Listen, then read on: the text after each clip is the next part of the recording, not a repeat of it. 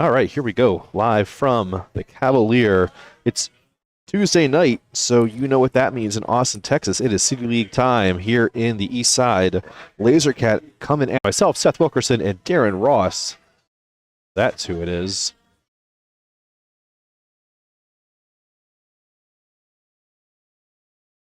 On the other board, it's going to be Spencer Ginsberg, Matt Cresson, and Mike Gilligan. I believe 4 of these players will be featured in this coming Saturday's Fall Major. That's what they're calling it, at least. I don't know if it's fall yet. It definitely doesn't feel like it. It's still about 95 degrees here in Austin. Let's go ahead and take a look at the tables. The order of merit here, as I mentioned, the fall merit. And all 8 have RSVP'd. So it will be seeded as you see it. Opening round, it'll be Gilligan against Parr, Omar against Mitchell, Lanez against Cresson, Wilkerson against Ross. At least I think that's how it should be, unless there's some funkiness with the results tonight. We could see a little bit of shifting here as numbers 1, 4, 5, and 6 are all in action here, as well as number 9 down there, but Spencer, as you can see, out of reach of that 8 spot. So that will be it. I have one more thing to do, which is to actually pull up the matches here in my scoreboards. I will get to that post-haste, and we will switch over to the match view as these players have corked and have gotten a few throws underway. Not maximums yet, though, I believe, so not too much that we've missed so far. So here we have it. The player ranking so far on the group stage, as we see, no matches played yet. So let's go ahead and get right into it here. 3 visits in. It's best of 5. So typically we're playing best of 3. But when we just have 3 players in a group, that moves to a best of 5. So still pretty much the same number of legs, more or less, played each night. You either have 3 matches played best of 3 or 2 matches played best of 5.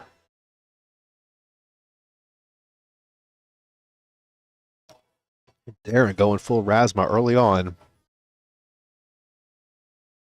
Electing to throw at 19s, and let's see who I will try to rope into the booth here next. That will be Seth. So I'll be up with Darren in the next match here on the streaming board. Ooh, however, Mike Gilligan will have a break on board too, and he always fancies a little bit of booth comms, so wouldn't be surprised to get some sweet action here in the booth in this upcoming game. We will see how the match timings all sort out.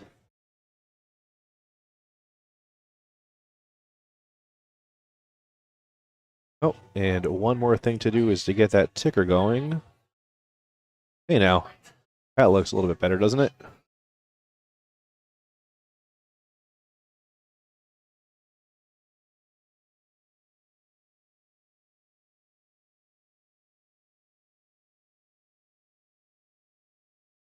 Not finding much close there. Seth going mighty high on the board.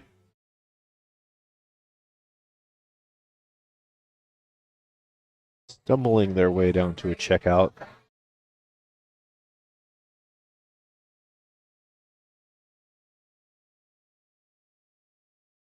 So in case you're not familiar with this 501 game, in case you, like most Americans, are accustomed to the cricket format of darts, the rules here are pretty simple. You start with 501 points.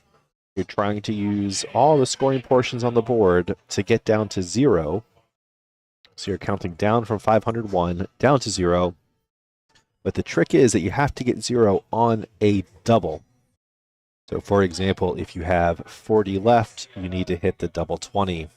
Let's say you miss that double 20 inside the single 20, and then you have 20 left, then you need to hit the double 10, and so on and so forth. Let's say you have 10 left, but you're going for the double 5, you miss that inside, you have 5 left now. Now you need to hit a single odd, like a 1 or a 3, to get yourself back onto an even number. So some serious math implications here, which undoubtedly you will hear me talking about plenty throughout the course of the evening. I just see Seth there, just right on cue, throwing his hands up in frustration for that 99 leave. But I think that was unintentional. I think he was going for the 19 target and just missed it into the 16. So we won't call that bad math, just unfortunate shooting. So two numbers you don't want to leave in 501, 99 and 102 for reasons that are more advanced than we care about with this audience.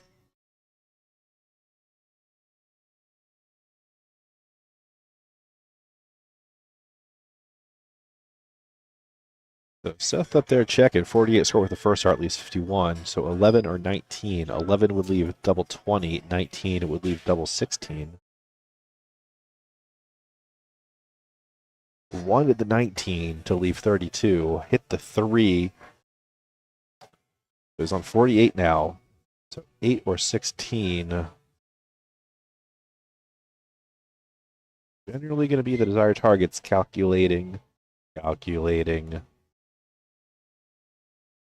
The calculations did not go well. I think he might have thought he was on 58 there and might have been trying to hit an 18 to think he would have been leaving tops.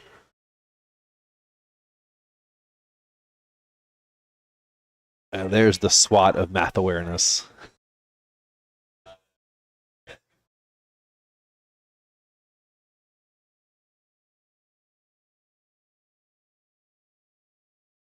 Oh, wow. Darren trying to go for the exhibition shot. 50 with 2 darts in hand, goes straight for the bull's eye. I would say it was a decent effort. It wasn't so ill-informed. But we're here anyway. Salvages the 16 lead from it if Seth cannot clean up this 44. Now he's filing on the 32 as wanted for last 5 minutes. One more of those would be good. That, however, would not. Do that in reverse order.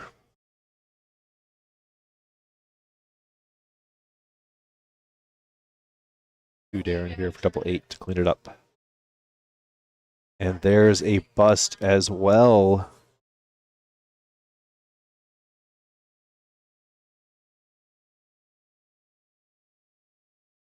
And all I can say is this is City League darts.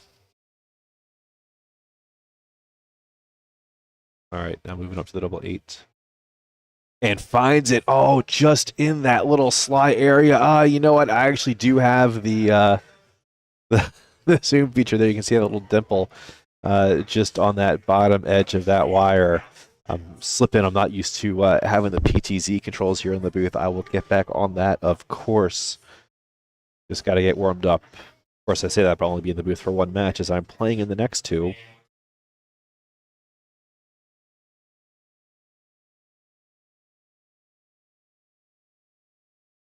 So that wasn't the greatest leg, but I'll tell you, as City League goes, could have been a whole heck of a lot worse. That is for sure. That could have easily devolved into 43, 44, 45 darts. Or more. How many was that in the end? 30, yeah. So if we can keep these around 30 darts, that would be probably just a hair better than average overall with the City League standard, at least here in Austin. Say right around that kind of low 50s, high 40s area. I have the occasional 16, 17, 18 darters here. A few of these players can throw steady mid-20s darts, kind of 7 to 8 visits typically. But for the most part, you're looking at 30 to 33 darts for most of these legs. One of these days, I'll get a bell curve out of exactly what that distribution looks like, but that day is not today, and it probably won't be in the year 2022. But there's a chance there will be plenty of days after 2022, so maybe for one of those days, I will get that bell curve together. Data viz, I love it. Darren loves that third dart, finding the treble 20. Oh, maybe I should turn off the dart count there for the one leg. I'm pretty sure you can see that. Let's take a look at the match stats, though. So, yep, like I said, that's about the average, though. Interestingly enough, you see Darren with a massive average advantage. However, that first leg going to Seth, really just a result of going on a scoring tear here. This leg is Darren well out in front, looking to break right back as he had the darts last leg and lost it to Seth.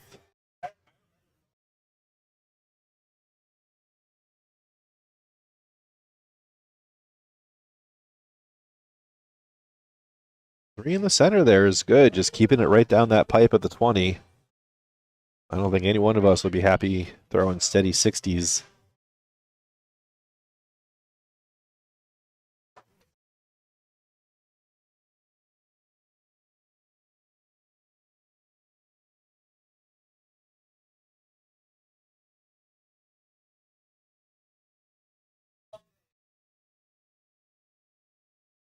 And let's see if Darren can set something spicy up here from 180.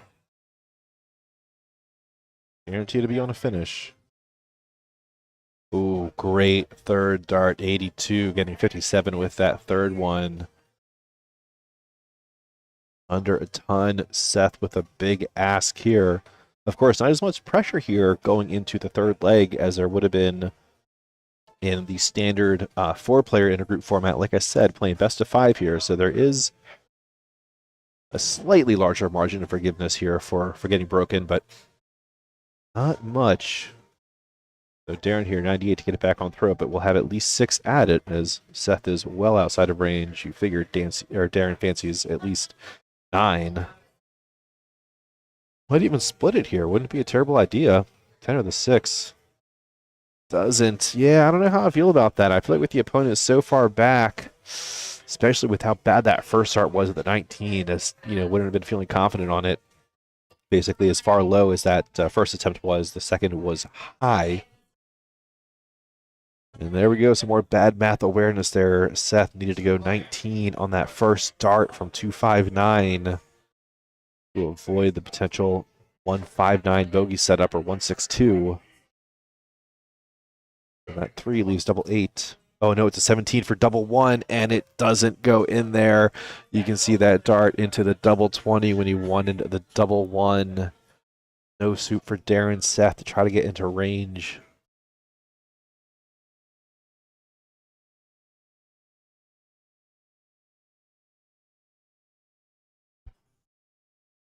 Will be in range.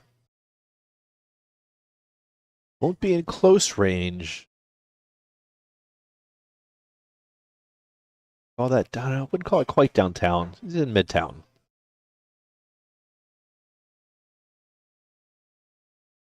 And another bust from Darren there. Missing the 3 right into the single 19. Straight up. 1, 2, 3 from Darren. The first dart should go at 19. It certainly will not. It does, my goodness.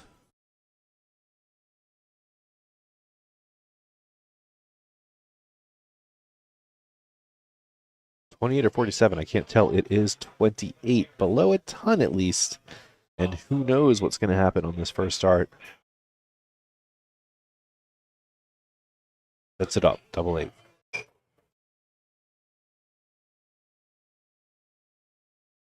I think that's outside of it. 2 darts outside that 8 wire indeed. So Seth here for 95. We'll just keep the camera right there. Let's just move over because he's going for that treble 19. 21 leaves 74.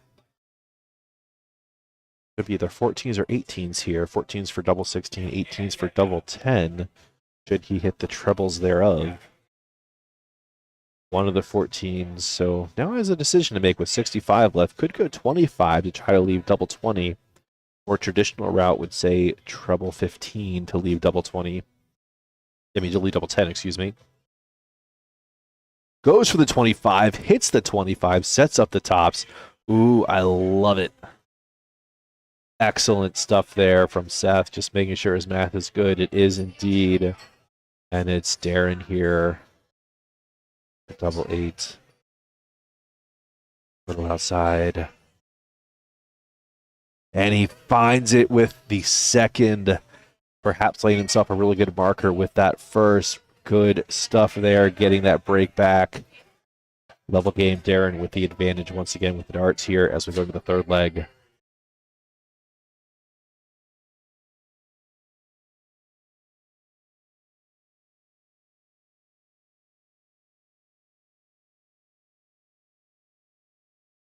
King Raj joining us in the chat. Welcome to the party, as always. Glad to have you. Ups and downs here in the production booth so far today, but all part of the process. Still trying to figure out why I'm having such a hard time just getting, at this point now, just these two USB webcams synced up and running on this machine. Not sure exactly what the problem is, but they seem to be working at the moment. And with some more updates to OBS and some related plugins, I do hope to have resumed iPhone coverage, which will hopefully, in theory, get me back up to 4 cams, but we will see one step at a time.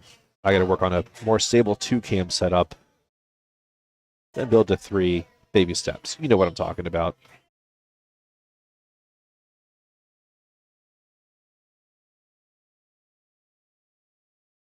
Again, in the chat, Raj, a fan of the target zooms on the doubles and whatnot, and that is the latest. Well, that is a HD PTZ camera, but I have a 4K one. They upgraded the newer version of it on the way, so you might notice that this stream is just in a regular high def. We'll be back to your regularly scheduled 4K programming this weekend. So for the fall major on Saturday, we should be rocking the 4K cams for the Aki and the board, and then we'll have an HD cam as the floater for interviews and whatnot. Maybe a little booth cam. See this lovely mug.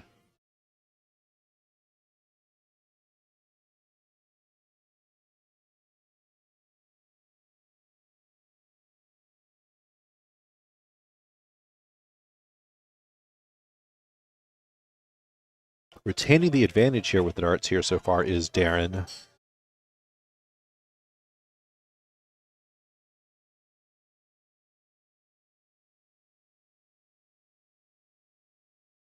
That advantage is not going anywhere.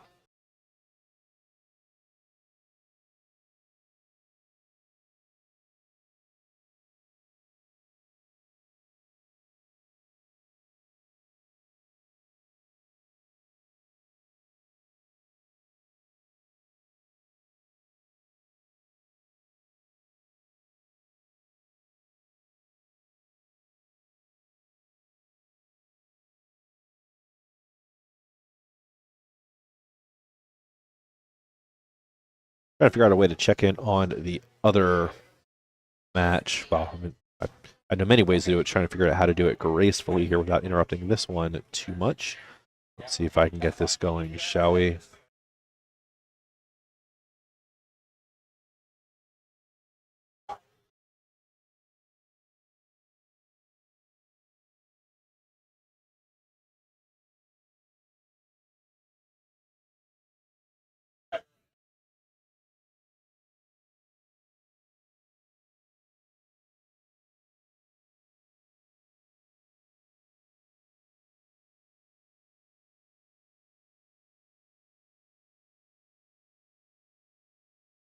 All right, I'll try to toggle this on in a second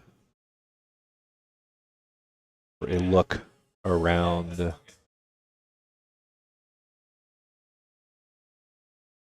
Look around the boards. All right, let's see if this will pop on. There we go. So there we have the match between Gilligan and Crescent. They're on board 2 underway. You can sort of see their edges there. See Matt setting up the Aki right now. Oh, step in step with Seth.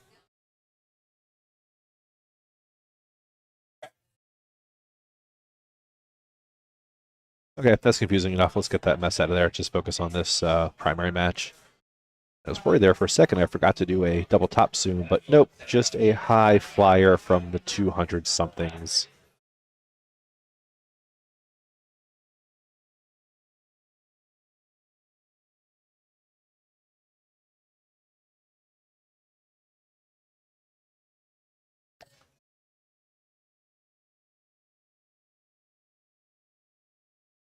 I can't. Was that 88 to leave tops? I'm trying to do the math myself here. That was wow, what a visit from Darren. Indeed, it was 88 left with the third dart. Had an option, could have gone 20s, could have gone 16s. Oh boy, you'll love to see it.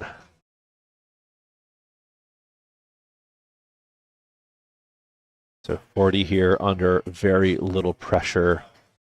137 is doable from Seth. No one would be absolutely shocked, but all of us would bet against it, Darren, for tops.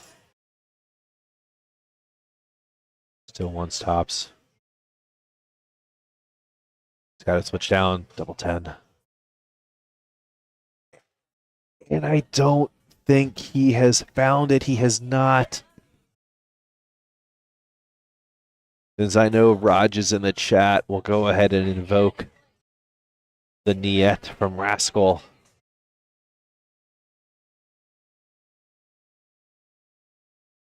No pressure here. Does not want to go inside with the first dart. Probably not with the second either. And indeed, nor with the third.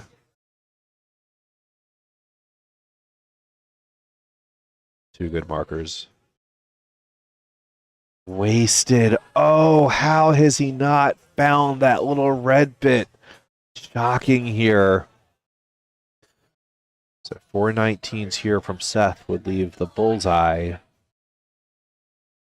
Doesn't matter. He doesn't need no stinking math.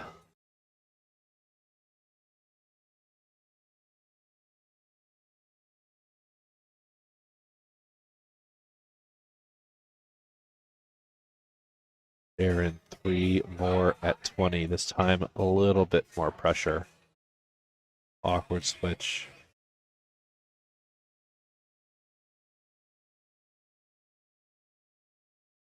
Oh, wow. Yikes is all we can say with that one. Almost as bad as my latent reaction to the zoom was that last attempt at double 5.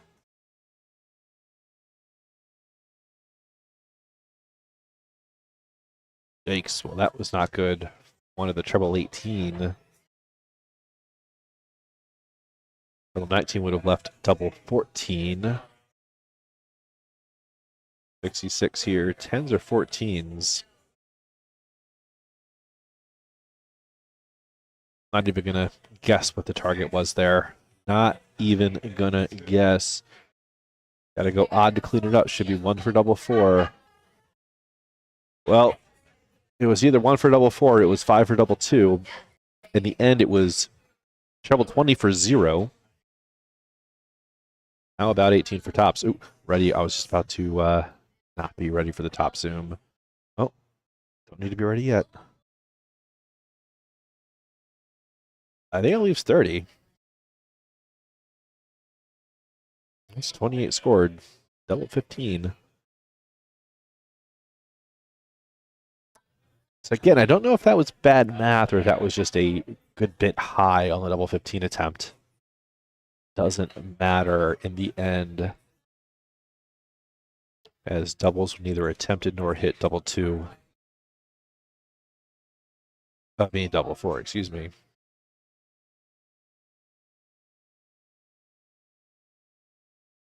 I don't know why I was thinking that one was a 5, but here we are. Let's see. Like I said, these double misses can eke up into the 40s pretty quickly.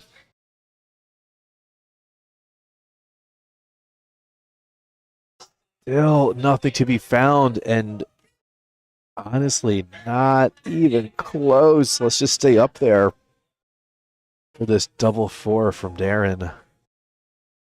Still on it. Double 2. Finds it, finally. Mercy. Mercy. Have mercy on me.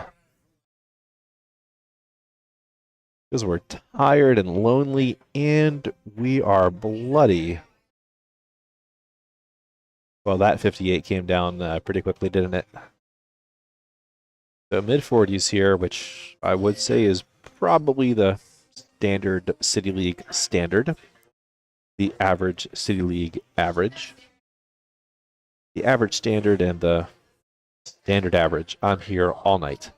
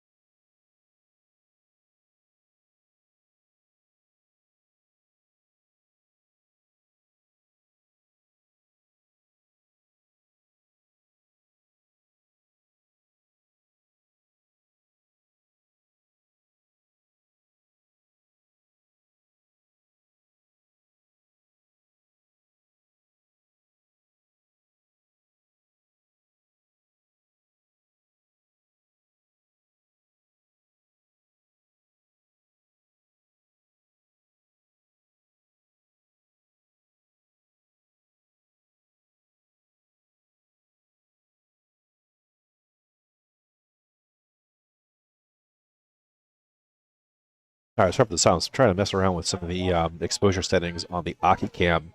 I can't tell if it's like going away on me when I close the settings dialog. So let's just keep that up and try not to confuse ourselves, shall we? Let's.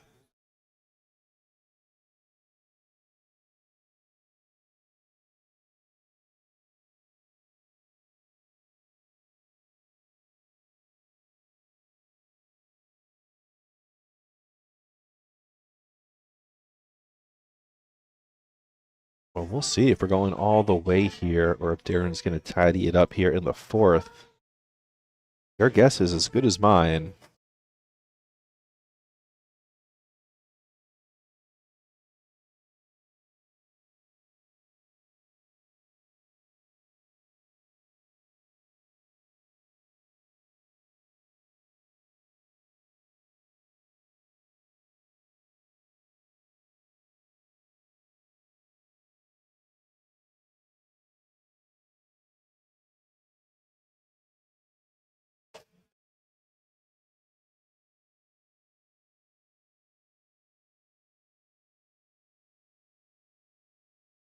So again, no good math awareness to be found here. I like the 1925-60 look. And I think I saw Joe Cullen do that recently. Not in Hungary, but before the break, before the recent break, maybe like 2 months ago or something, he was doing some creative like 1925-20 sort of route stuff on kind of over like 250 checkouts, some kind of super downtown setup shots. Something I'm looking into the math of myself a little bit more these days. Would be doing it even more if I wasn't taking the at this point multi-year hiatus from actually throwing competitively. Maybe I can get back into the game this winter. Sure would be nice. And I even wonder if some of the really bad habits I have with my throw might be broken just by not, by spending so much time away from the Aki. I feel like when I go up, I'm less inclined to sort of pull my dart back behind my right ear, which has been a really bad habit I picked up. And yeah, who knows? Any time away from it will be good. Kind of come back with a clean slate, clean mechanic.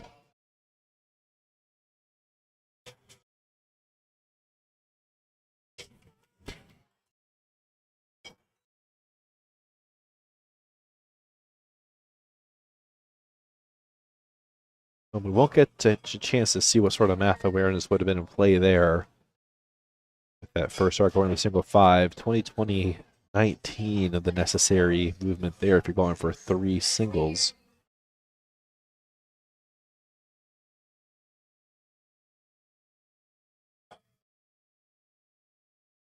Ooh, really fortunate third one there, 66 to leave 72 for Seth. So that'll definitely put some pressure on this 174, looking for a 60 minimum. I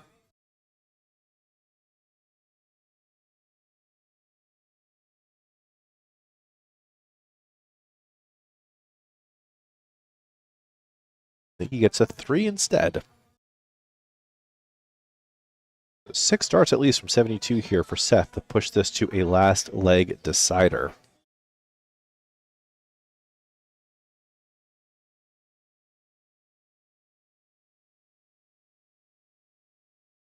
Well, that 18 left the bullseye that did not need to get thrown at.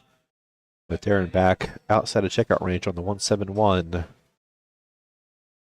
See how this gets set up. And as you've seen, this is by no means a complete leg.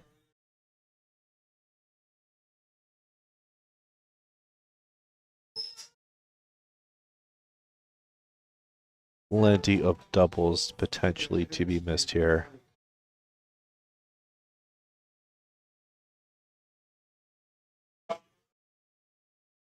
That 1 sets up the double 16. 16 sets up double 8. And double 8 sets up the last leg decider here on board 1. We're going the distance. We'll get a little LLD fist bump. The camaraderie is real. The sportsmanship is real. The darts, you know.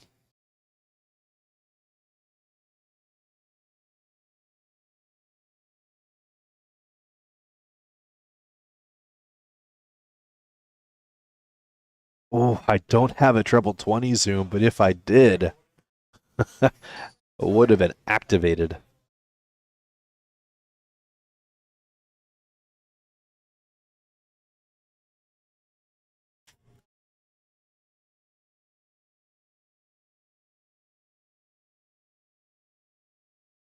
Let's take a look at these stats as we wrap up this first of the 3 group stage matches on this board with the 3 round robin games, and then we'll move into the knockout. So the top 2 from each group will proceed to the semifinals and the knockout stage, more best of 5 action. And that'll lead to a winner declared in the final. It's a tournament. You've seen them before. You know what's going on. Let's take a look at the dart counts here. So, yeah, just the 1 below 30, but 10 visits, 10 visits, 11, 14 visits, 11 visits. So, again, pretty standard City League match. If you're watching from the UK, you might be horrified, but hey, what can I say? Take a holiday to the United States and play some dart tournaments and pick up some money. As I like to say, darts, the official sport of assholes fanning tens of dollars. Never change. Seth looking to get this match won with a break a throw in the 5th.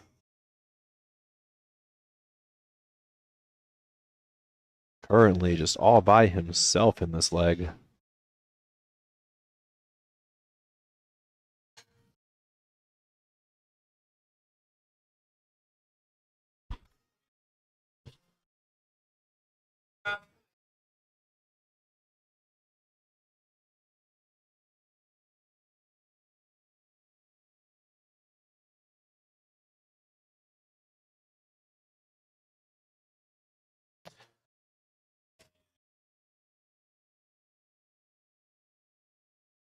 Real solid scoring campaign here from Seth in the 5th. Down to 1 through 7 after 4 visits. It looks even better in comparison.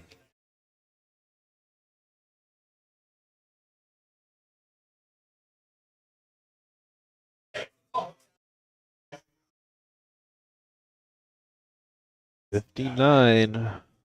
Gonna set up a very makeable 78. 2 singles to set up a big double, if he is so inclined. Darren just unable to get into this one.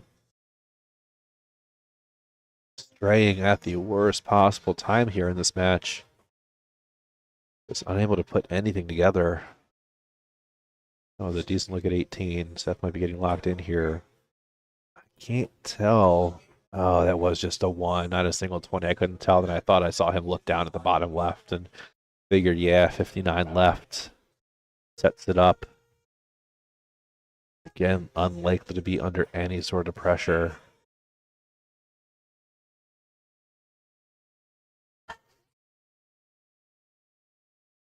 And it's Seth for tops for the match.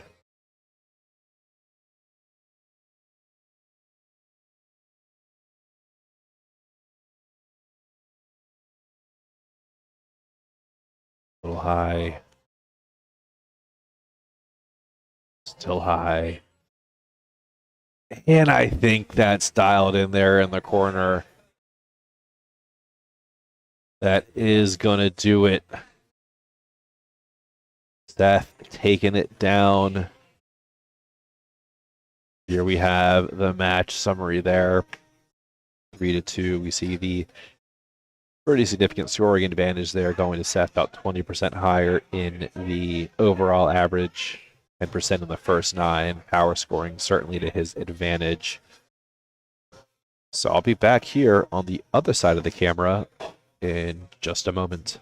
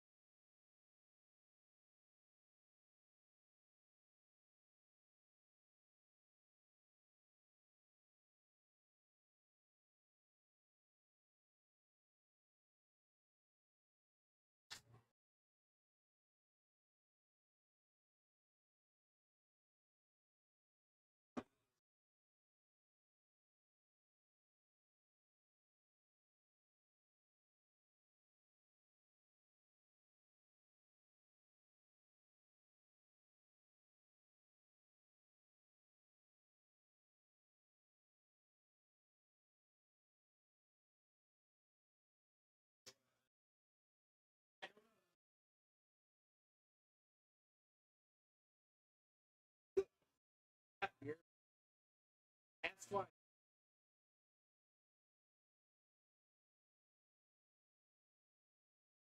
mean, what? And they're like they're cousins. They are very close cousins.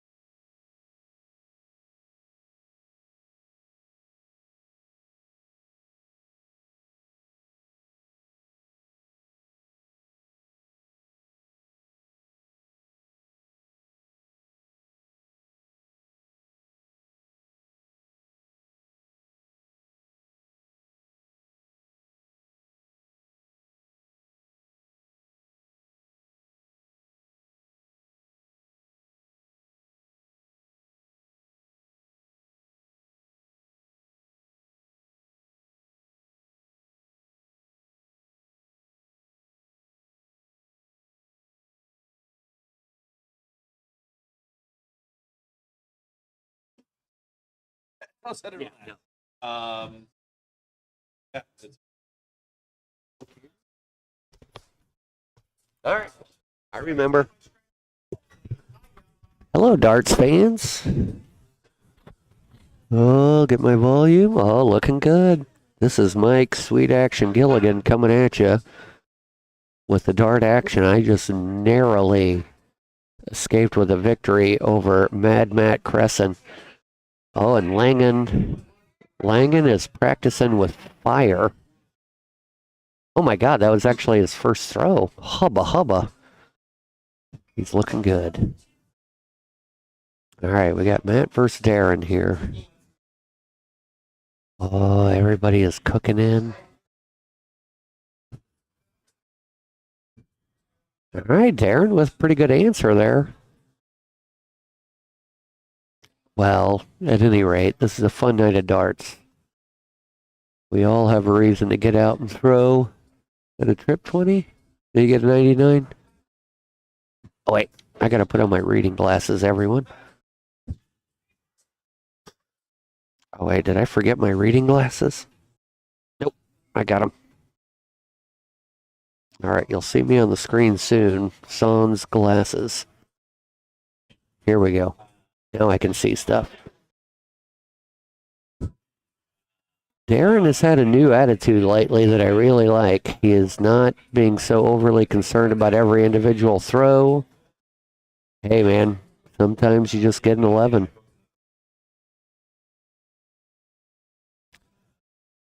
Matt Langen looking strong. All right, they came out super strong.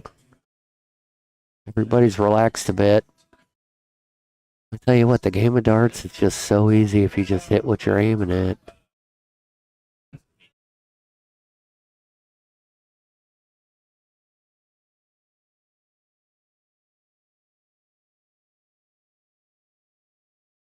Darren with an unfortunate turn there.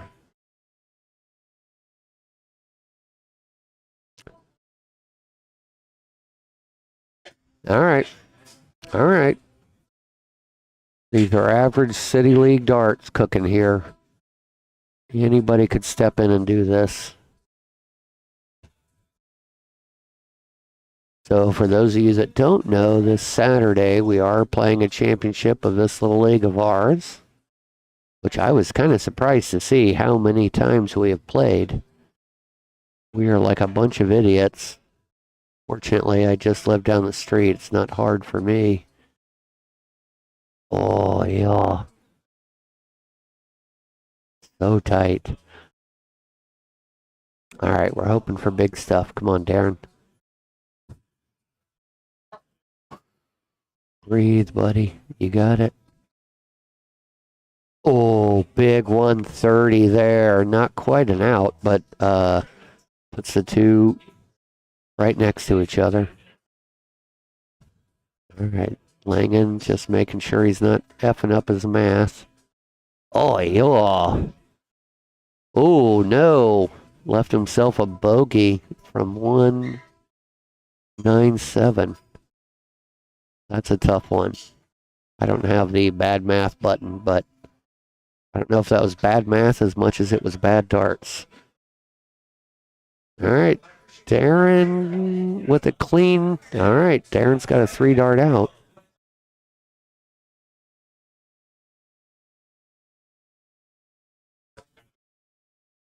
All right. Langen is getting a little bit more focused here.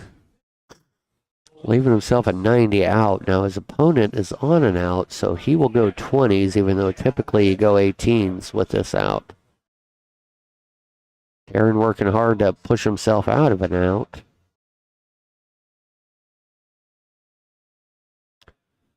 Oh, yeah, that is not what he wanted there. I think Matt will still go for the bull finish. Nope. Unlucky.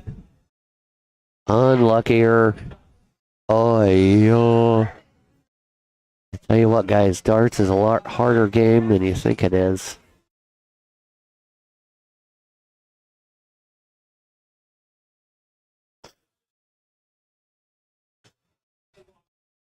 Now, with 122 with 1 dart left, I usually go 18s, but that was a quality effort by Darren there. Oh, we have a real slugfest cooking here, guys. Greenwood's taking a lot of darts. Ooh. Kind of an atypical out. Oh, unlucky by Matt. If I was Darren, I would go for the trip 10, but let's see what he cooks up. Darren is not a conventional math guy. Oh, another 15 puts him in good shape. Yep. Oh, yeah. What a quality finish by Darren. Quality. We like to see that. We like to see 50, 60 and over outs. So Matt is expressing his disapproval. He knows as well as anybody. Oh, yeah, Darren with some very unfortunate luck there.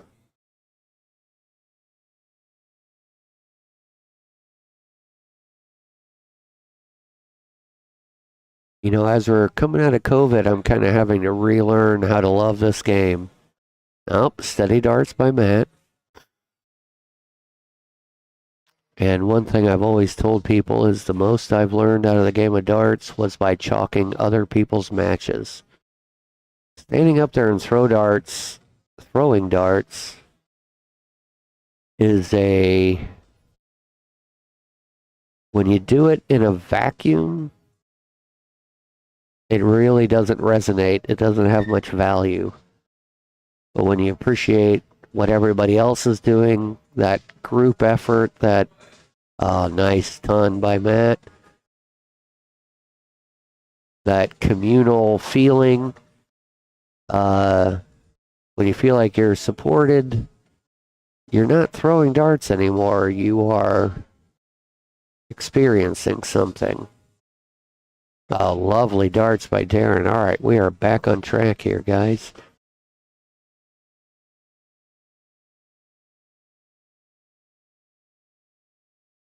Both of them finding the triple. Each turn, lovely switch by Matt. Nice fat 19 there. So from 259, you always have to be careful. You get that trip 20 first, you better switch at some point. You do not want to leave yourself on the last bogey. I don't know if you guys at home have noticed, but Darren is hitting that double five with some frequency. It may come up later. Hanging strong with 76. Oh, yeah, so close. That was pretty good math concept. Probably should have gone 20s, 18s the next couple of turns, but there it is. Well, sometimes you just feel it. You think that triple is going to hit. See, so many of us downtown Austinites have just gotten lazy with that. You hit the one, and you just think you can fix it, and you don't. The trick is just don't hit the one the first time, ever. See, everybody's just getting their sea legs back. I'm not sure if you people at home are aware, but we have just been through a global pandemic that affected every human being on the planet Earth. And when you play a game like darts, that is super distracting. All right, Langan going for bull. Nice. Did he get the double? Oh, he went back for the double. He gets faking it till he's making it, guys.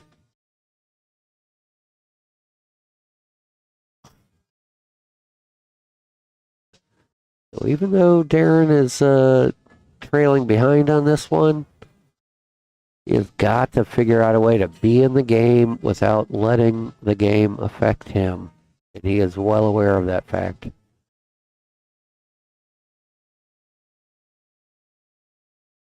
It is hard when your opponent runs away. Sometimes you just got to be that locomotive. Oh, yeah, big 30 score there from Matt. 49. Darren needs to put a little pressure on just to make this a better match.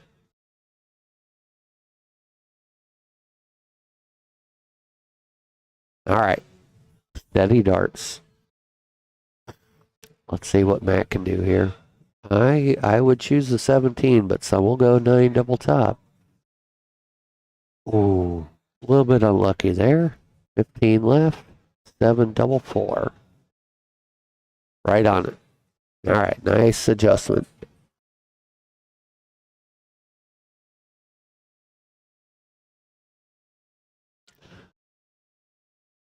So there is a phenomenon when somebody is struggling to get the out and the opponent puts a little pressure on, which Darren just has. He's on a 3-dart out. He could take this out on the next turn. Matt is aware of that. Somehow it sharpens or hones your throw. Oh, yeah, unlucky. Drops into that double 13. All right, triple 20, double 16.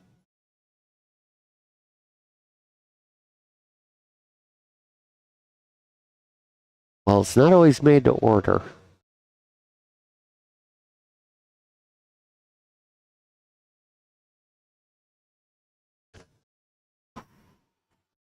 Breathe it out, man.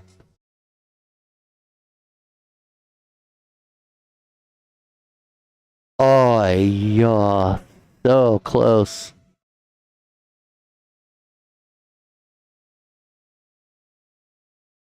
I prefer 19s here. 1054 gives you bull. All right.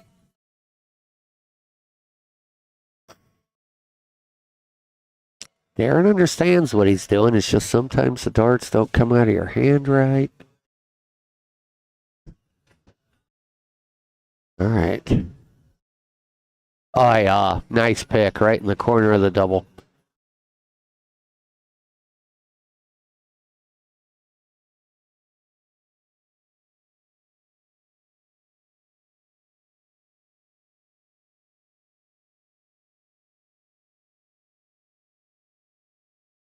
All right, Matt's pulling some switches, trying to loosen that arm up.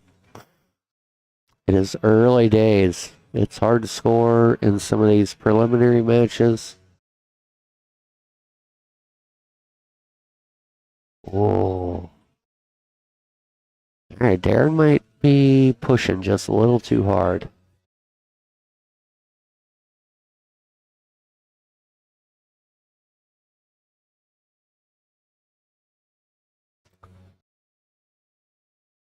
You know, one thing I've found is that if I get too casual about my throw, if I just assume that what my arm is doing is correct, and the biggest damage is done on nights where I throw well, maybe in an inconsequential match, but I am just hitting everything I'm aiming at.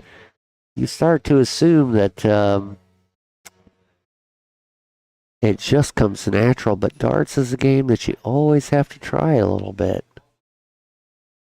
Sometimes that means changing it up. Sometimes that means doing the same thing, just better. All situational.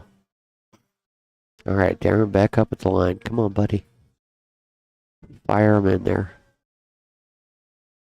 Oh, that looked clean. Another one of those. All right. You can kind of feel it coming flat out of his hand. That trip 20 came out nice and clean. That's a hard thing to replicate. It is virtually impossible to weigh something while it's in movement.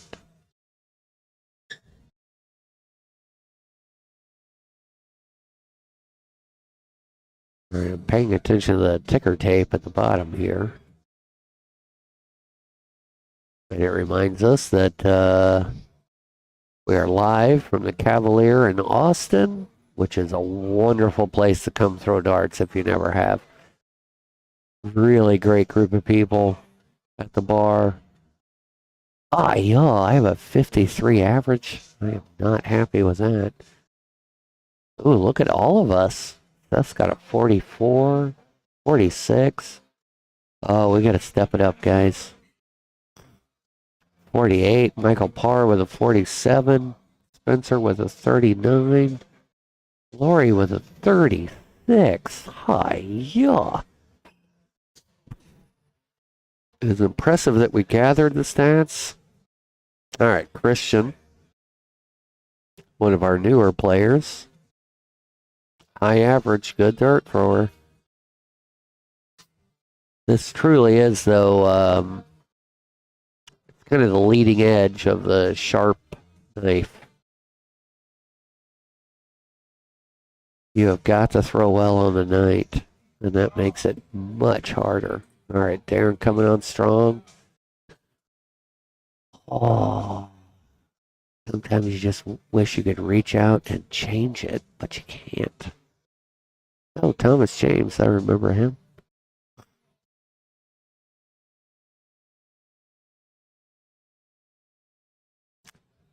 Oh, yeah. All right, the wheels have fallen off on this match. We need one of these guys to step in there and do it. Oh, Chris Hobel. Ooh, good average.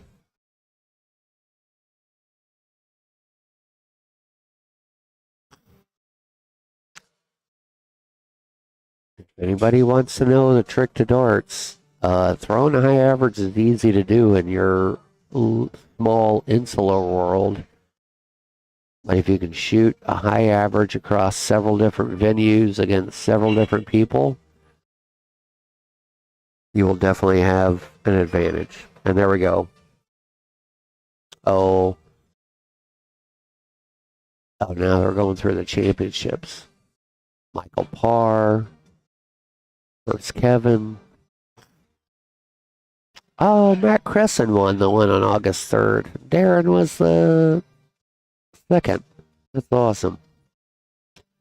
All right, this Saturday, September 10th at 7 p.m., right here at the Cavalier, we are going to see who is the best of whatever this is. I am going to practice hard for that one.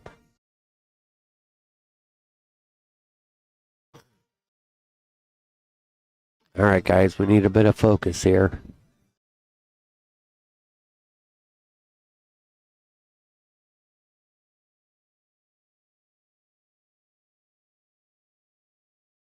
All right, strong throw by Darren. 58's good. Leaves himself a 96. 186, no need to change. Whatever you want to do. Here we go. 85. Leave himself a 101. For all you journeyman players out there with a 101, there is a temptation to go at that trip 17. Do not do it.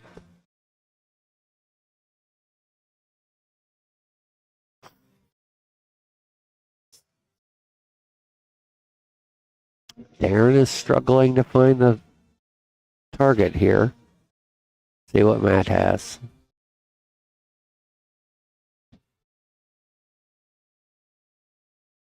Boy, oh, the flight's blocking it. Did he get the trip 10?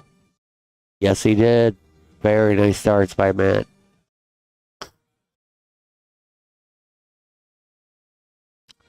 Oh, we got 33 scored, 41 to come. Nice start by Darren. Can he land it? Oh, yeah, right on it.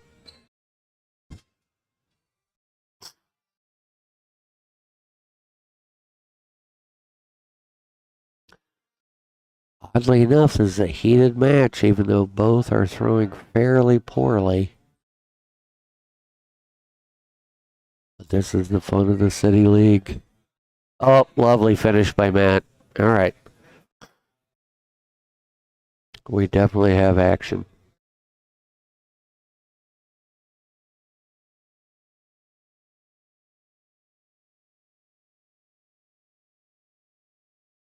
Oh, yeah. See, for my money, even though that's not what he wanted, what a great collection of darts.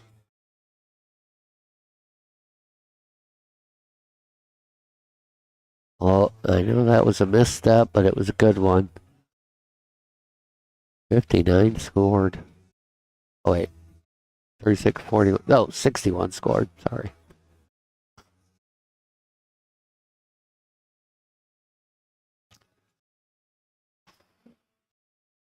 You know, the hardest thing about darts is hitting that triple one on the wire right next to the trip 20. You really want to change something about your throw, and you should not. Really? Oh, lovely ton 40 by Matt Langen. Matt is really imbued by the spirit of the event. But if you hit a bed of triple ones on the left side, you have got to understand that you have got a good throw. And whatever the trick is to make those land in the trip 20, if you know what that trick is, you could probably make a crap load of money by telling everybody else what it is. Because I do not. All right, Langen playing steady darts coming down the leg here. After 9 darts, he's at a 259. That's pretty good.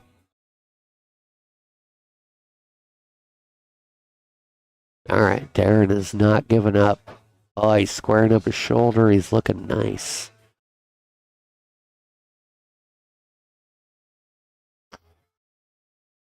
One of the tricks of 501, never watch your opponent throw and never look at your opponent's score. Or if you see it, make sure that in your head you do not see it.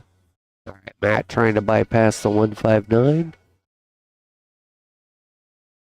He will do it again on his next turn.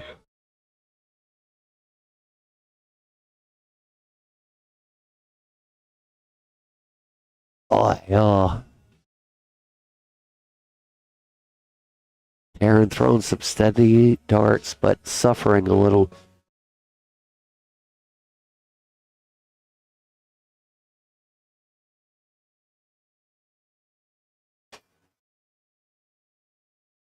All right. Oh, still not on and out. I'm sure he was hoping for that. It would have required a triple. Darren trying to surge back. So close. Oh, yeah. What do you do with that?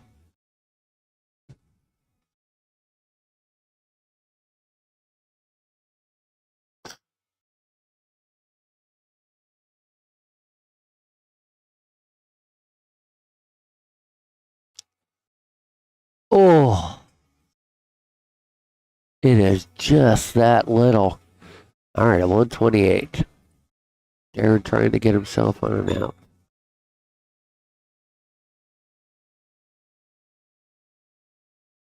Short arming it a little bit, but follow through. Oh, yeah. Quality darts. Still not an out. Matt can relax. He's got 6 darts from 128.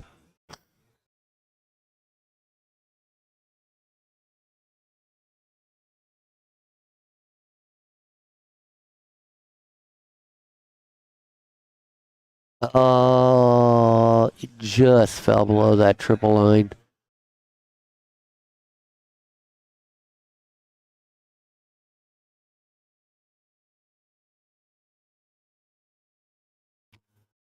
All right, Darren's throwing more from the gut now. Oh, he wants this. He wants to be in this.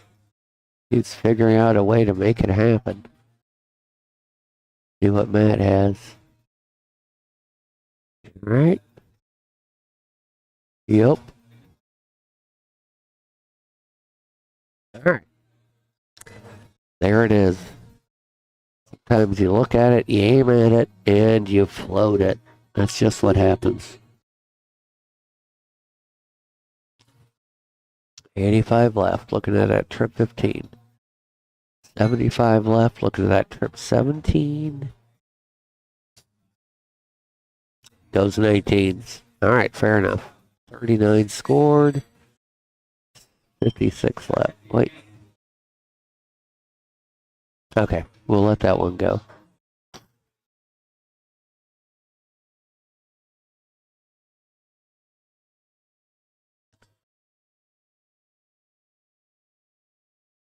Oh, so tight. All right, Darren here to square it up. All right, not a bad dart. That's why you go there. Yep. Third 2 to come. Oh, just drops it below.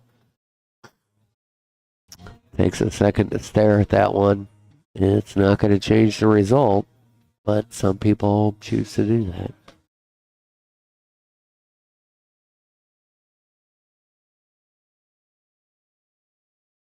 Double 5. It was a single one or bust. He's busting. Truth be told, I think he was going for the single one, but he did bust.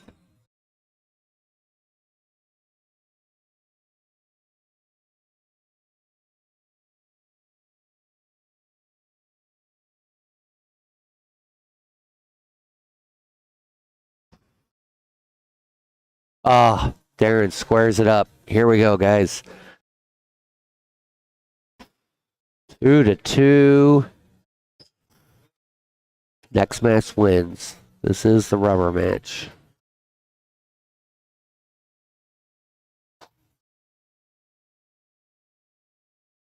Such a tight group. So unfortunate for Matt.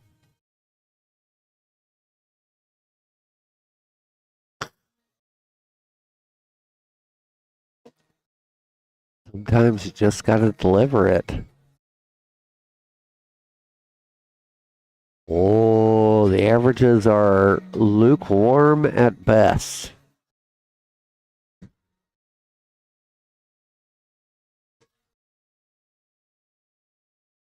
I think you gotta just leave that where it is. Oh. Boys are crawling out of the gate. At this point, like if you want something to change, you just gotta throw. All right. A little bit of luck there to get himself a 54. Sometimes you just gotta stir the pot.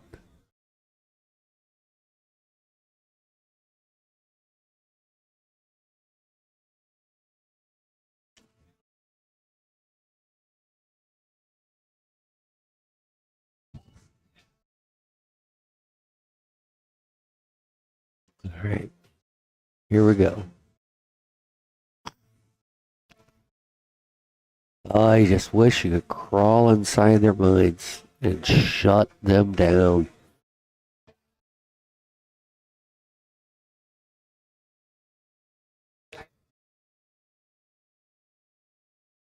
All right, Matt.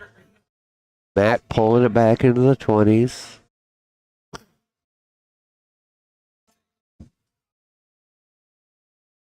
We would really like to see something special. Interesting. Cool.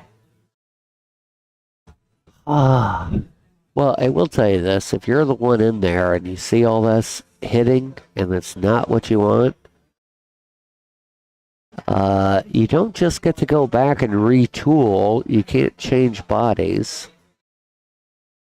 This is who you are and this is how you throw.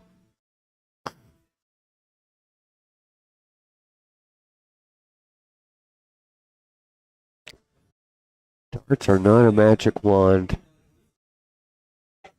I will tell you one thing. You gotta throw them with some momentum. You cannot lay back and think you're just gonna push them into the board like push pins into a cork board. Unfortunately, I grew up in the generation we watched Phil Taylor do that over and over again.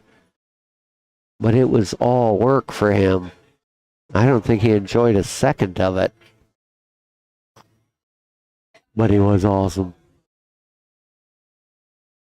You can't do that for no good reason whatsoever. Oh, Darren with a couple of good picks there. Got to do a little math. Oh, what a lovely leave. 128, the most popular first shot of that is the 18. You could do trip 18, double 10. Trip 18, single 18, 16. Or whatever Darren's doing, which I like as well. Oh, super unlucky. Darren is still trying to figure the math out on this. Oh, 102, that's a sticky wicket. Do not go at the bottom side of the board for the 102. Just assume you're going to hit exactly what you're aiming at. Oh, Matt is not going away. This could be another down to the last dart situation. Nice. 82 left. Double bowl or trip 14? Oh, look at that. Oh, yeah. Darren with the 102 finish to take the match. Good things do happen to bad people. Get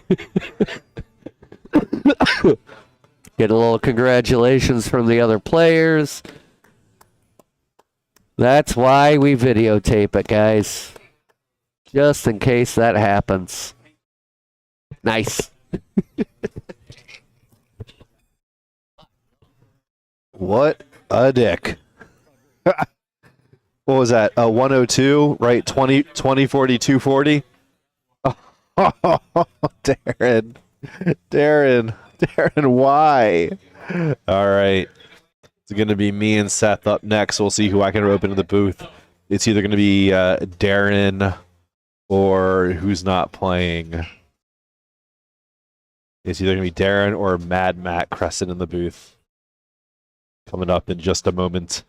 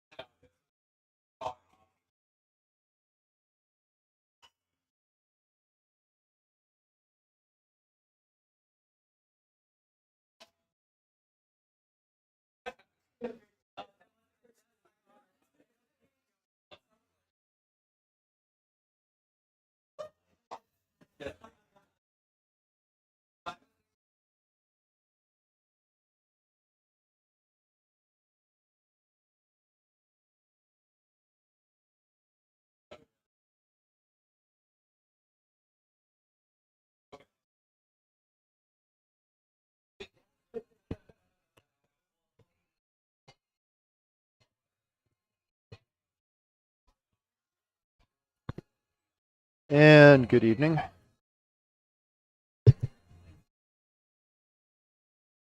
Yep. Okay. So, got no audio on my ear. Can't hear myself. No. Okay. All right. So, yeah. Thanks. All right. So, as tragic as that transition was, this is Matt Cresson, known as Mad Matt Cresson, because I once destroyed a piece of furniture over a bad darts game. Now I'm doing announcing, which is going to be probably equally as tragic.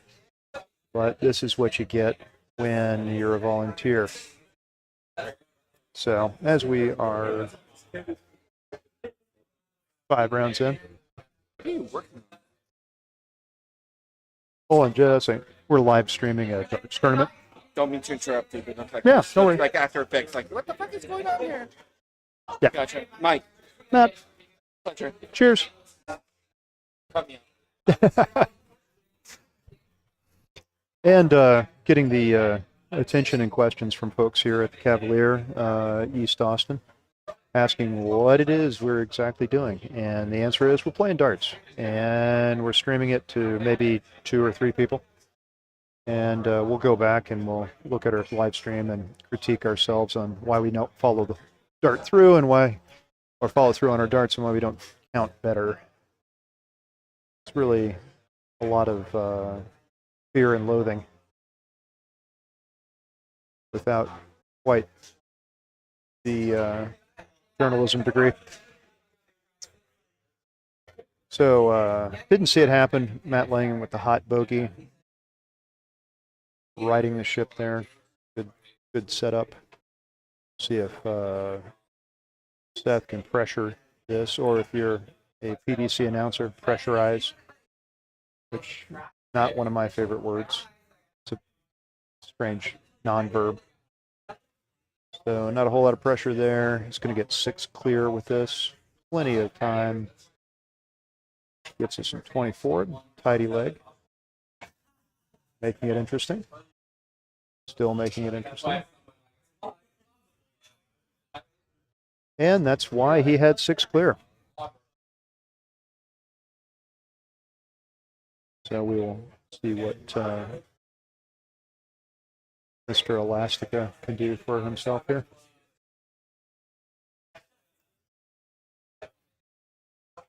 And the connection was not made.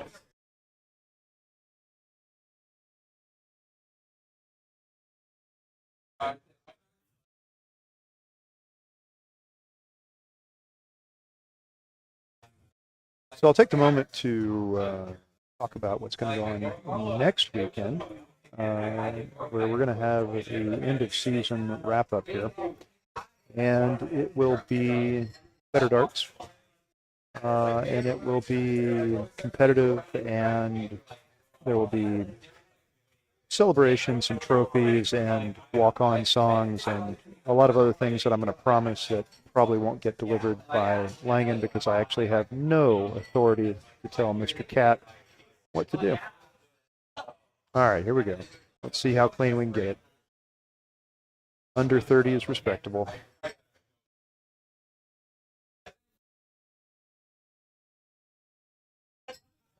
Edging closer. Edging farther.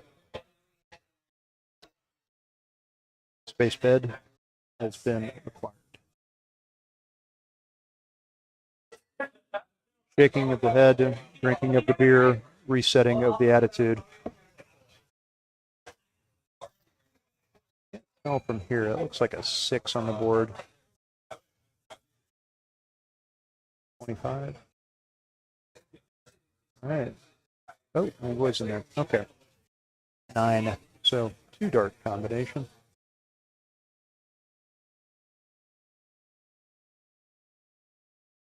If you're playing loops, that's a good shot. And there it is. There it is.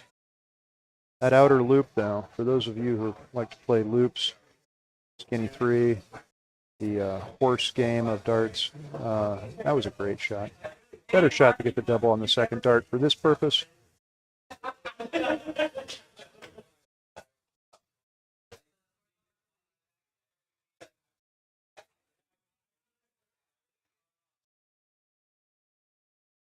ID 70. Good treble is a good round at this stage. Treble 12 is a good treble. It balances out though. Yeah.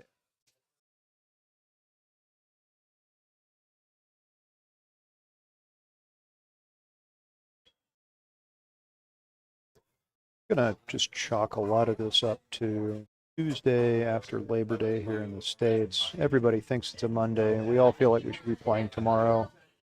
It's just a little bit off.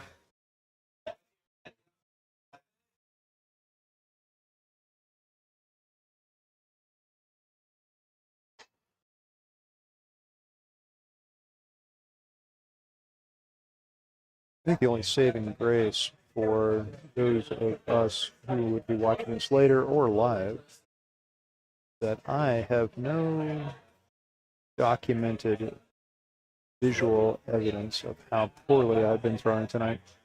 Good treble there by Mr. Wilkerson. Tidy that up. Looks like we've got a pretty competitive leg of darts going on now.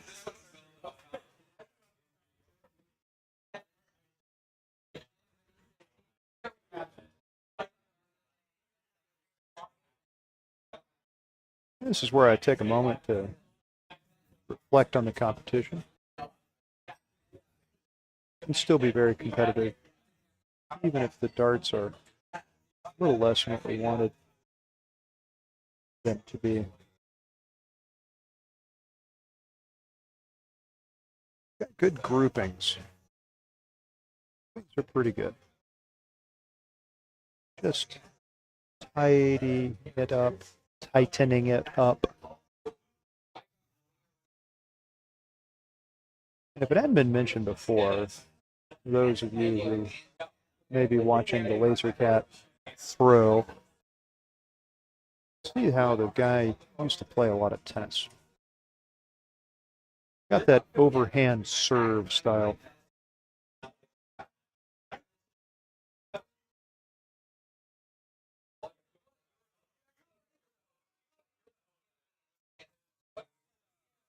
Send it right down the service line here.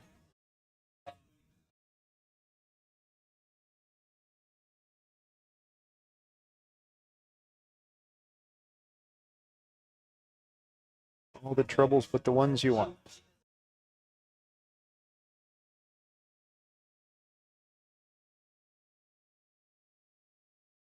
I suspect after we get through this round robin stage that the semifinals and finals will be a jump up in terms of scoring and accuracy. These are usually the way these things work.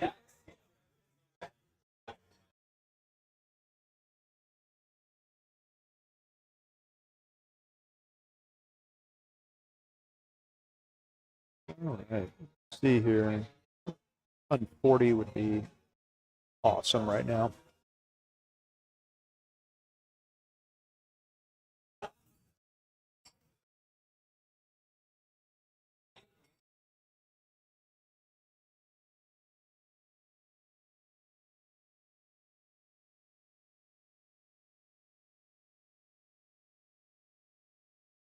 Here we go.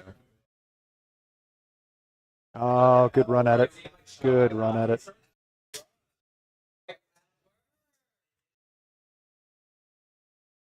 All right. Really needs a ton here to get them shouting distance. Still make it happen.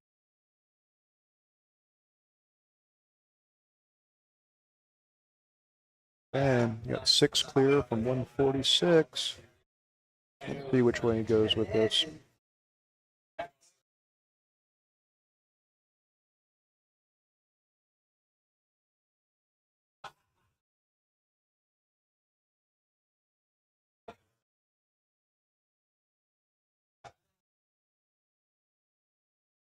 Yeah, reasonable. Trying to get it rounded up.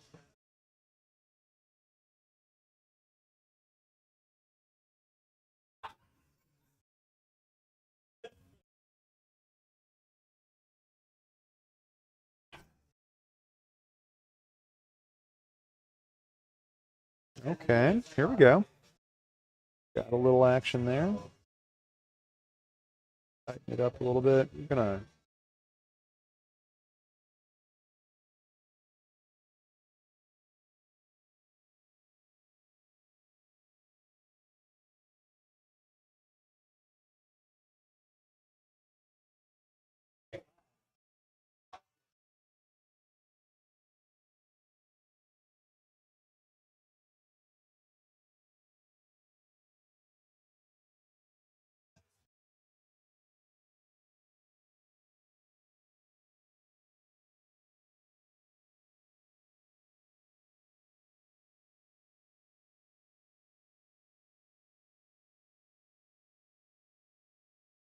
and I'm not sure where that second one is. Okay, yeah, that'll work. All right.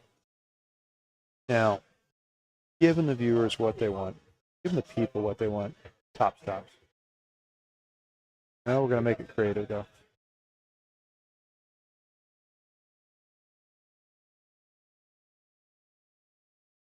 All right, let's see which way Seth takes this. I'm gonna go with a 10.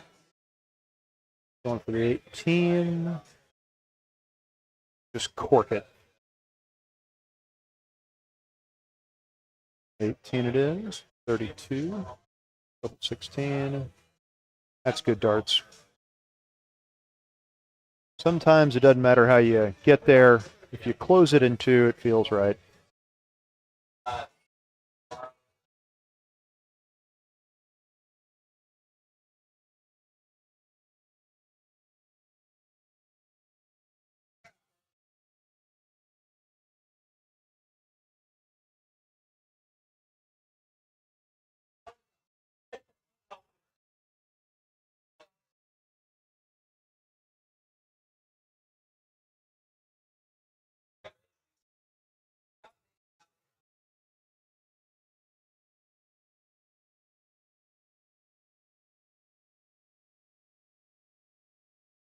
Good response from Seth.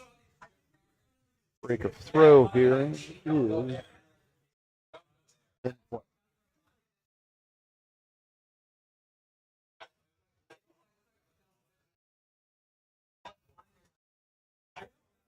Nice response. Nice response. Okay. I have a little bit of excitement on this leg. Good to see it going back and forth a bit.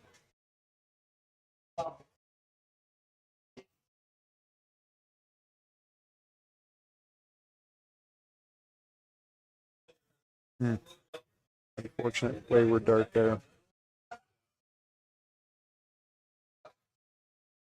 And let's see if keep that separation here.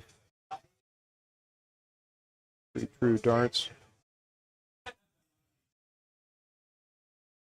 2 true darts. Living in the photos.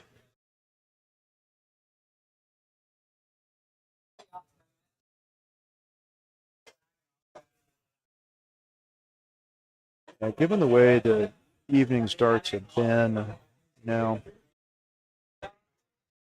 bringing together a couple of trebles, whether it be 19s or 20s or 18s even, that's going to be the decider right now.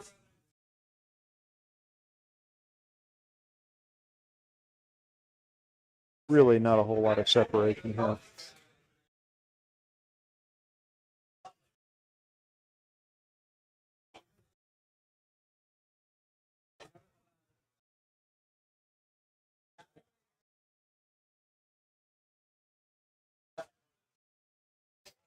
Yeah.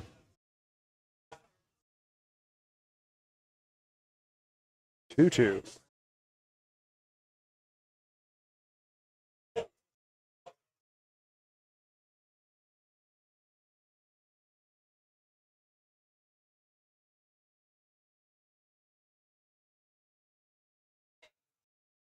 Okay.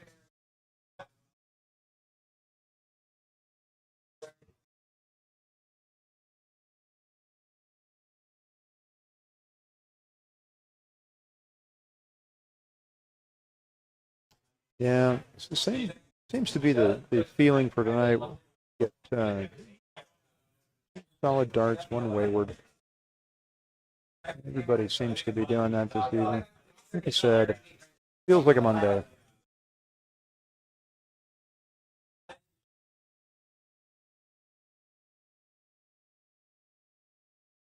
Okay, let's see what we got here. Still right there.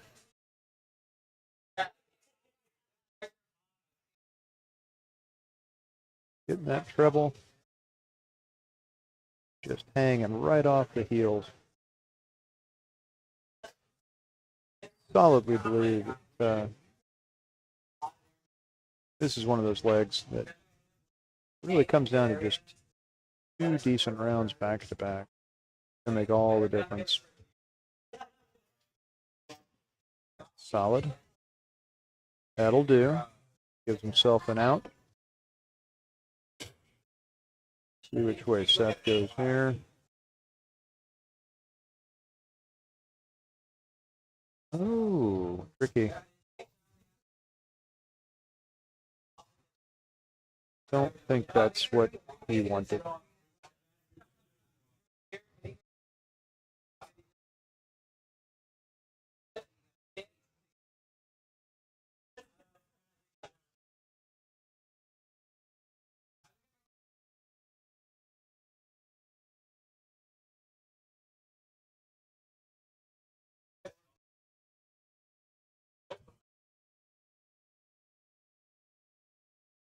All right, we got the, ooh, that's 20. Keep it straight, keep it true. Good idea, good idea. All right, so 149 is not the easiest out. It will require a little bit of a combination here.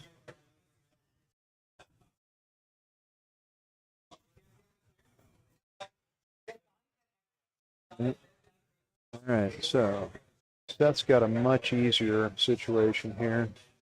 18s is the route, if you're me.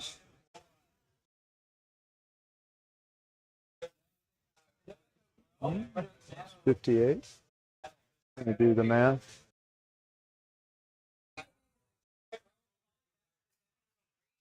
Four left by my count.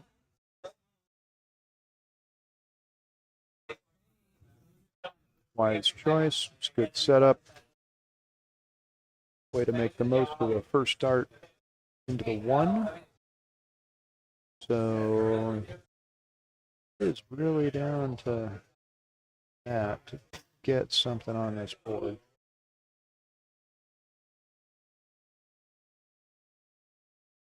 Sneak it in there? Can't tell. Looks like a. Yeah, that's unfortunate. It goes to 11. All right. That's the tidy up. Oh, got excited. Got excited. Got 37 left. Missing the big number. Got to tidy it up. All right, that's nice. Keep it straight into the double. 16. That's a beautiful checkout. Again, a scramble. Be flexible. Clean it up. And true to form, that break was always a possibility. So we got Seth now with the darts, throwing for the match. And played it up a little bit there at the end, but yeah, maybe a little too juiced after saving that that out shot on the last round.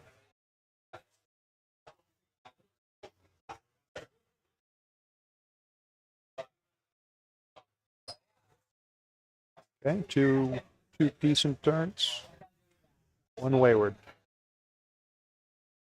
I'm gonna start singing Meatloaf here in a second for you folks of a certain age. 2 out of 3 ain't bad, but it does help if one of them's a treble 20.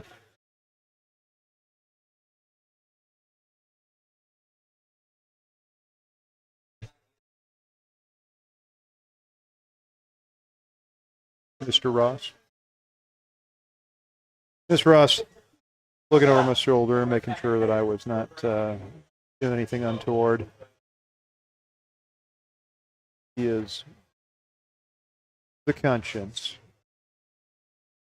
of this crew.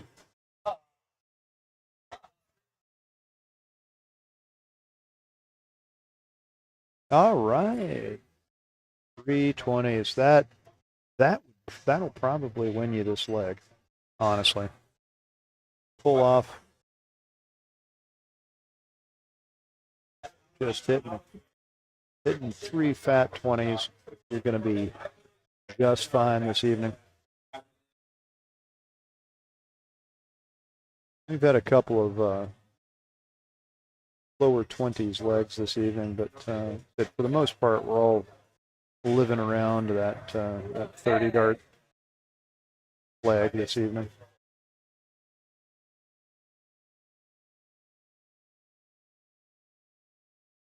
I feel like it's a matter of fatigue. Yeah, Cavalier here, our charming venue,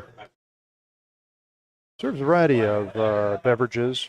They always keep a nice, fresh batch of cold brew coffee behind the bar, so nobody's got an excuse for being sleepy or dragging ass.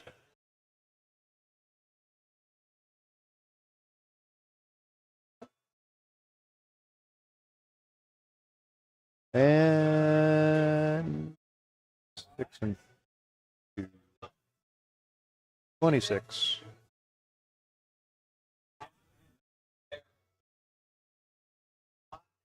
See what happens here.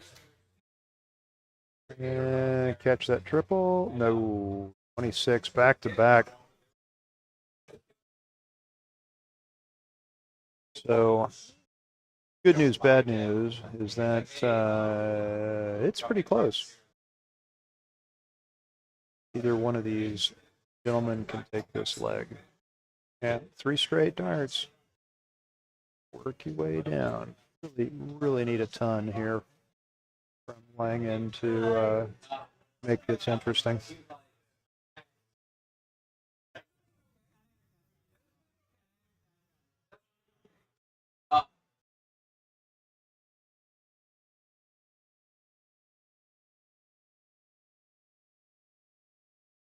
Yeah, Seth keeps himself straight here again and gets himself down at checkout range.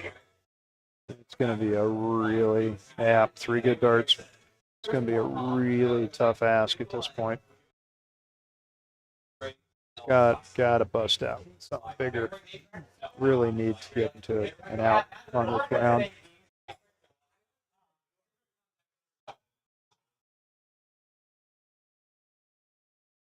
Like 63? Ooh.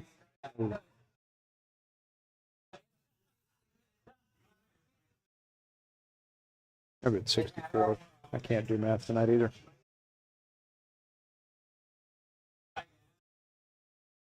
All right. Well, 2 dart finish. If there's going to be any pressure on it.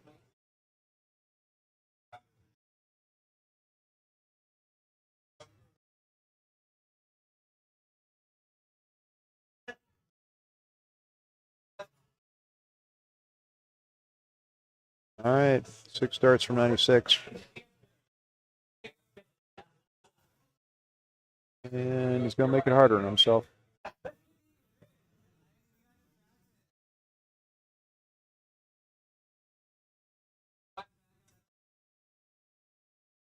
Okay. That'll do. Still 2 darts to the finish.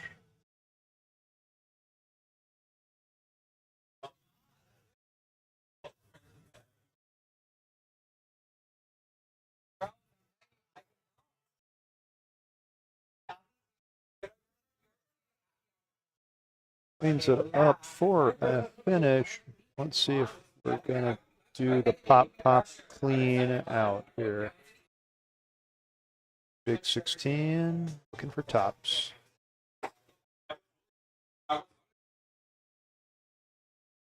Little too much adrenaline on that one. But it's going to be a big ask here.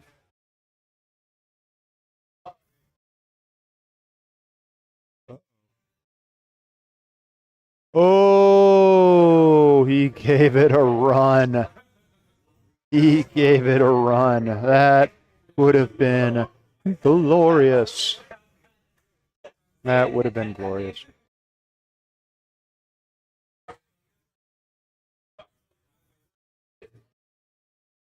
Oof. Still too much juice. All right. Oh, taking it the Gerwin Price method. I think that's a 15 left. All right, so Mr. Wilkerson can get the double 10 here. He will take it. All right, get a little closer. Get yourself a guide. That's a good marker. Oh, just to the inside. Okay, well, got 3 darts to take it to a last leg decider. Way outside, see if he can get closer. Okay, can he use it? No, he cannot. Taunting the wires. See if he goes for the split. Straight at it. Oh, this is the hard dart here. Yep, that is the danger. We are in the doubling out weeds.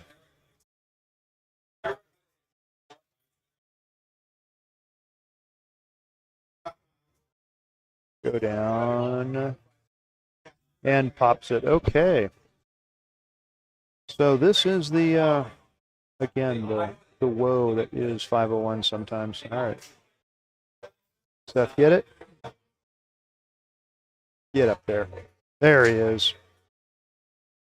It wasn't pretty, but it was effective.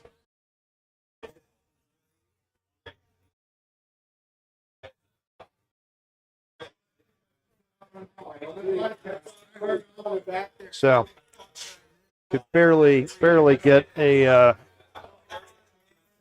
point between them on that one.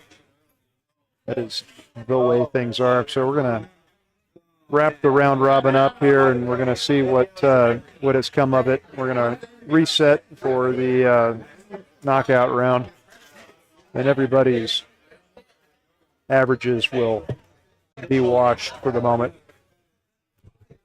I just don't want to pixelate.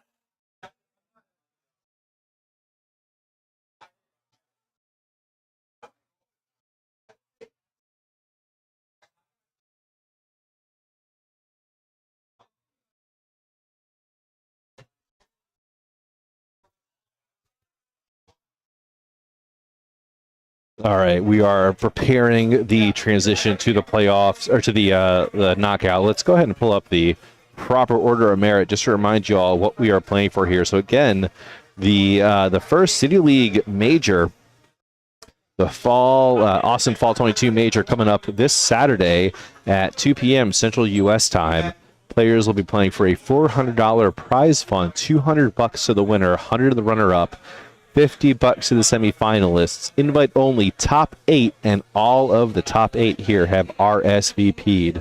And so as you can see tonight, barring a dropout, everyone below that 8 spot was mathematically not eligible for that invitational. But we did have some potential implications here with the shifts with players doing stuff. Potentially, so Darren and Seth could swap here, though they would be playing each other the first round. Crescent and Darren, yeah, I don't know. There could be some shift up here with how the seeded fixtures go tomorrow. But honestly, I am just not hip enough on it. Fortunately, I did poorly enough here in the group stage tonight where I am going to be rejoining the booth for this the semifinal and the final here.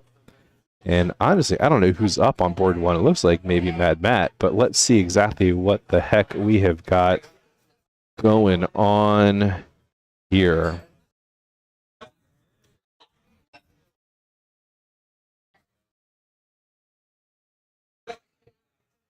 So looks like on board one, we are going to have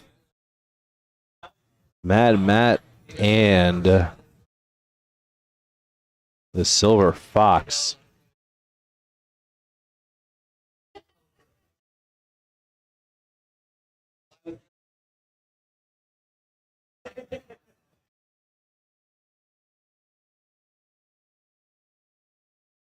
All right, gonna pull this match up here. And we'll be ready to get this thing going as soon as Seth joins us. I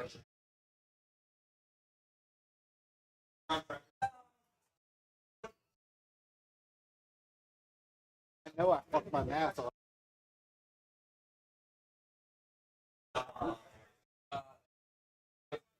Seth just walked behind me. He said, I know I fucked my math up. Yeah, Seth, you always do, baby. You always do. But you know what? We love you anyway.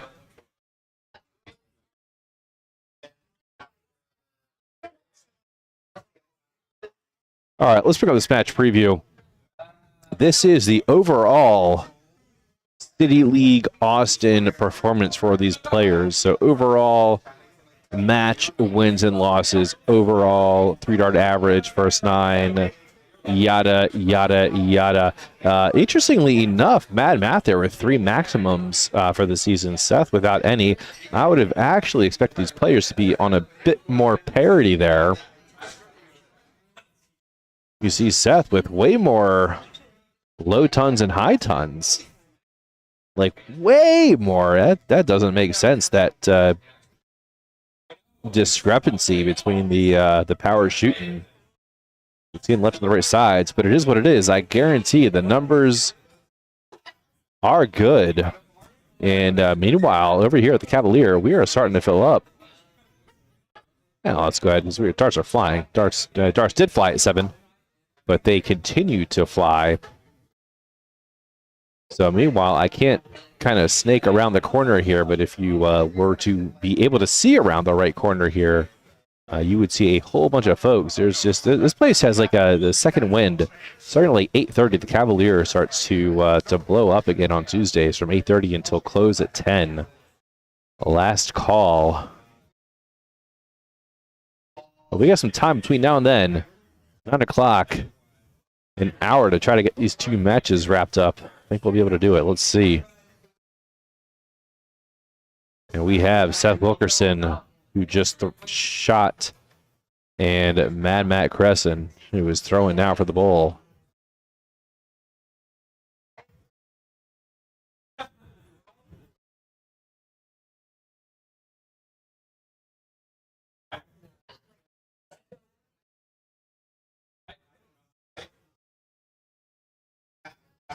Oh, La Grapadora joined us a little bit earlier at some point. I don't know exactly when, but cheers, La Grapadora.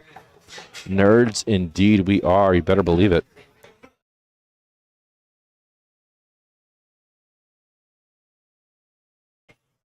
I missed the opening Wilkerson Blaze It.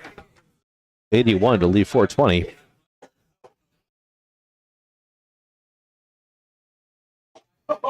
You know, there's a serious side to the math in the darts, and then, of course, there is a jovial side to it as well, in which we call the 81 Open the Blaze It, and in which we call the treble 15 double 12 nice. The old 521 the breakfast.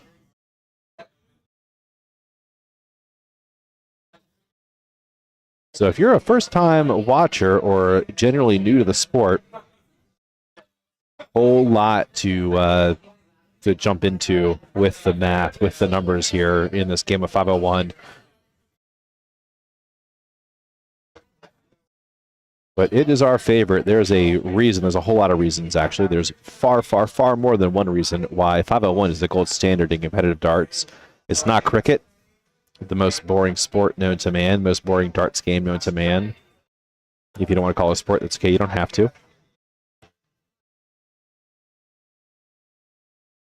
But that's a story for another day. It's a rant, really. That's a tirade for another day. Right now, we're just playing 501. We're in the semifinal here of the City League Austin final ranking event before the Fall 2022 Invitational, which will feature 4 of the players from tonight. The 2 here and the 2 on the other board, actually. So the six players playing tonight. The 4 that are qualified for the major going through to the knockout here. The 2, myself and Spencer Ginsburg, not.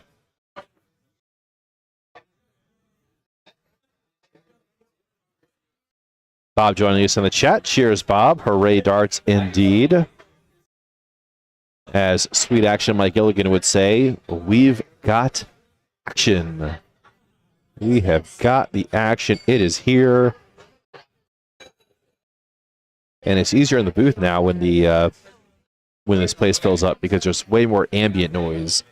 Where I feel like when I'm talking at a normal volume or even talking loudly, less and less of a chance that these players are going to hear me on the Aki, less and less of a chance that I will be distracting them. Not like I care that much. I really don't. And also, it's kind of a gauntlet, right? Listen, if you can go into Cameron Indoor and try to shoot free throws with the crazies going crazy behind the backboard, then you know what? I think you can handle throwing a couple of darts with me, maybe potentially tickling into your ear. Little audio bleed at this point. As you know, there's that little rail you can see to the right, screen right of the players here. I am just on the other side of that. I could almost like reach out my hand and grab that red koozie that is just in front of Seth there. So super close here doing the comms, but yeah, once this place starts to fill up later in the night. Oh my gosh, I'm looking for the zoom. I'm looking for the zoom. Oh, I was trying to find the zoom. I was gonna do one of these. Oh wait, no, one of those. I'm trying to do one of those for those treble 20s that were filling up. I was late on the switch.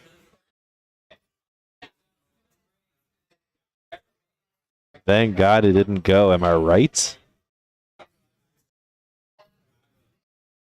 All right, so we are in the semifinal here. So we'll have this match, this best of 5.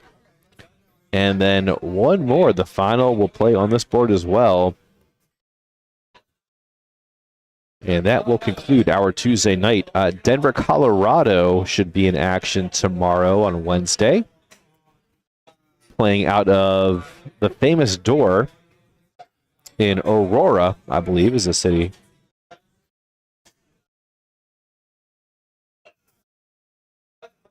But here in Austin, we are playing in Austin proper, Austin's east side. I almost said east side.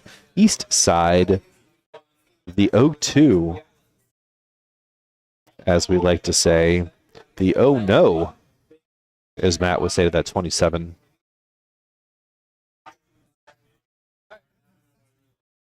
However, it did leave him on a finish.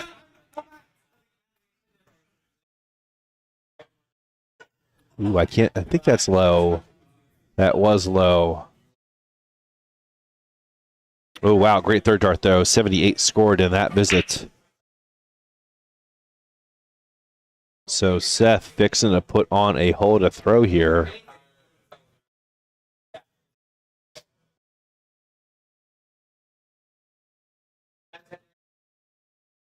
Well, Mad Matt wanted 619s to set up the bull. I don't go that way personally because I do love the 104 leave if I hit 3 single 20s. However, that 19 first start is quite math aware. Absolutely no criticisms here from the booth on that one. For a change.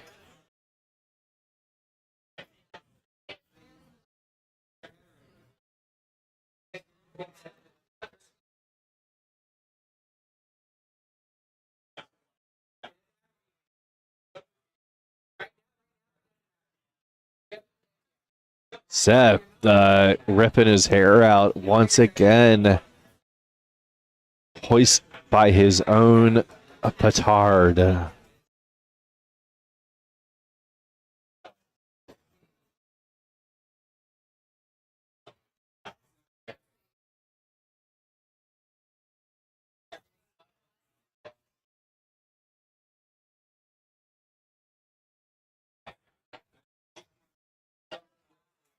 Level 15 that was inappropriately left. Wow, splits it. Okay, double 8. Man, I'll tell you. I don't know if it's been all day, but when I'm looking at Seth play, when I see him step back to go to that double 16, double 8 area, I'm scared as his opponent. And he steps back and will nail. He just does a slightest shift over to the right. Retargets, wants to come way in from outside, or way out from inside, I guess, on the throw, and has a penchant for nailing that double 16. Meanwhile, Mad Matt just missing all sorts of places. 91 wants to go to 17s here. What the? No, I'm an idiot there. So he was on 76. Okay. 76. Yep, that was my own poor math awareness. Good decision making there from Crescent. The moot point, though. Seth getting through the door. First dart at double 4 is up and good. But in the end, just a hole to throw.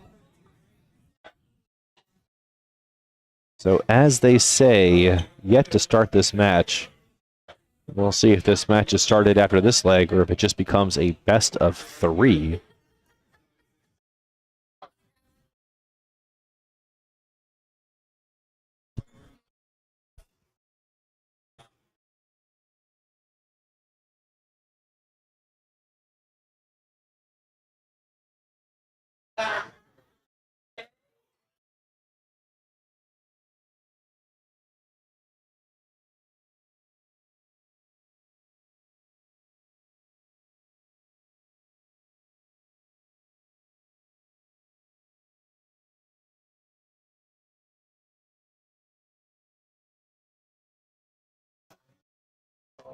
Yeah, you can see on Matt's face the frustration with that visit. Not a good 33.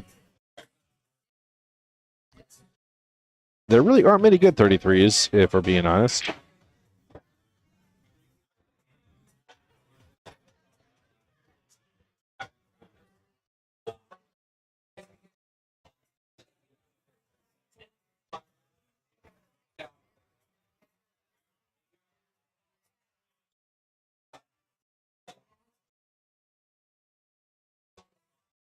And on my audio mix here, I think I'm starting to see a little bit of background noise bleed, which is good. We're just catching ambient crowd noise. It's only once the background audio starts slipping in that we run into trouble. So let's keep our fingers crossed that that doesn't happen.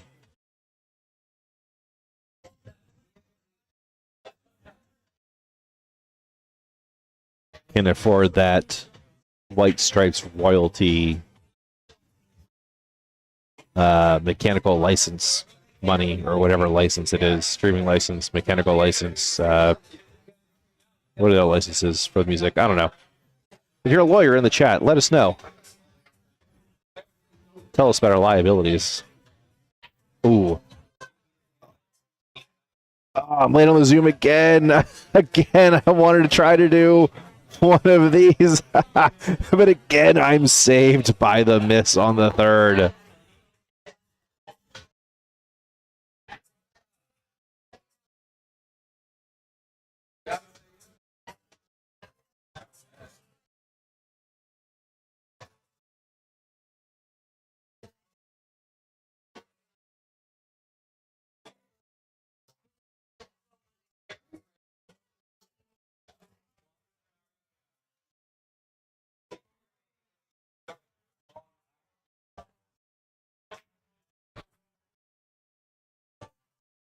$81 or $66. I can't. 66. There it is. Unfortunately, not getting checkout range, but it's on Seth, and he will just throw it a 60 here. He will throw 3 single 20s. Because that's the kind of guy he is. If you know, you know.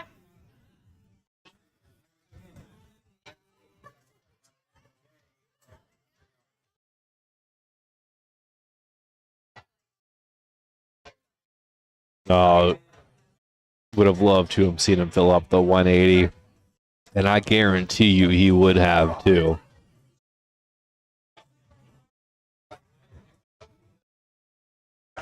%100 chance that on treble 20 there, Mad Matt goes treble 20 with the third dart. 1,000 times out of 1,000. Absolutely expected that third dart going to the 1 for a 159 leave. Good job to keep it in the middle there for Seth, keeping himself on a finish. But Matt should have a dart at the double. Never mind. Well, go to a 25 bull with 75 left. In fact, that's what I wanted to do. I almost want to yell, 25 bull, 25 bull. Like, shout it from the rooftops. Well, all right. He figured it out. Yeah, I love that he figured that out. I love that he got there with the decision in the end. Realized he was on 75, 25 bull was the route. Now it'll be interesting to see if he goes 25 tops.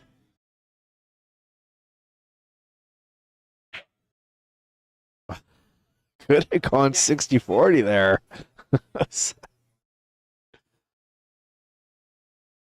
Yeah, 97 there with that third dart. Good choice on the 19. Just missed it a little high.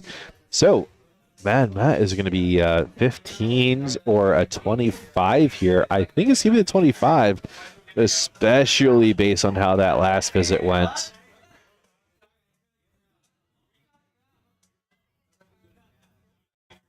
Oh, God. Here we go. We got pulling our darts.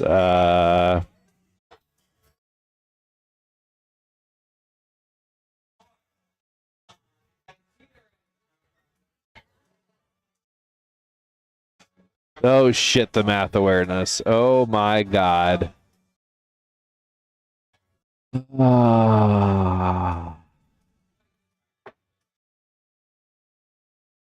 Yep, you can see him debating. He's debating. He really is debating. He knows the options. He just can't decide. Early 25. Yeah, it was 25. So 13 for tops here. 40, 30, 53 required. And that's a double 13. Oh, no, it's gone tits up. 27 remaining here. So really, it's a 3 or an 11. 3 for 24, 11 for 16. From 27. It was 11 for 16. In the end, it's 14 for 13. Oh boy.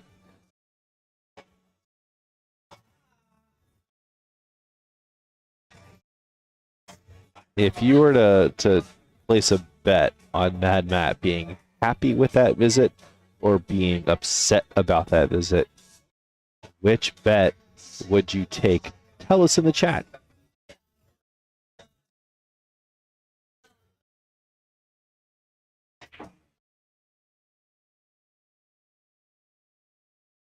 Yeah, I don't even know what's going on with that visit. Like 74 and then 16s for 74 with the second dart. I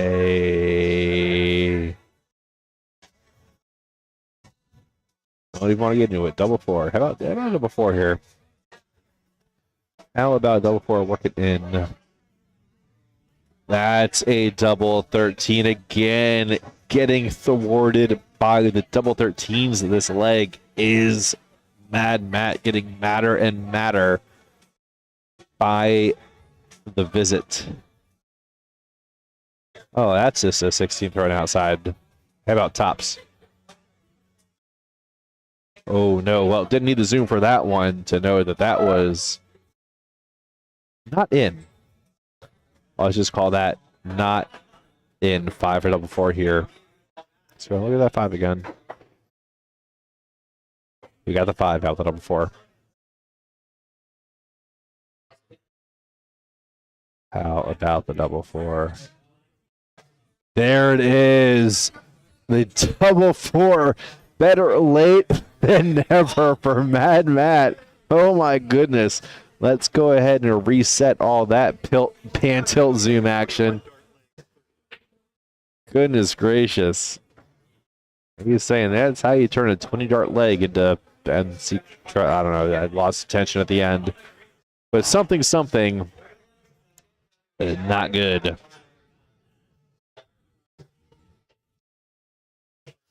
Take a look at what our averages are looking like here. So Seth, over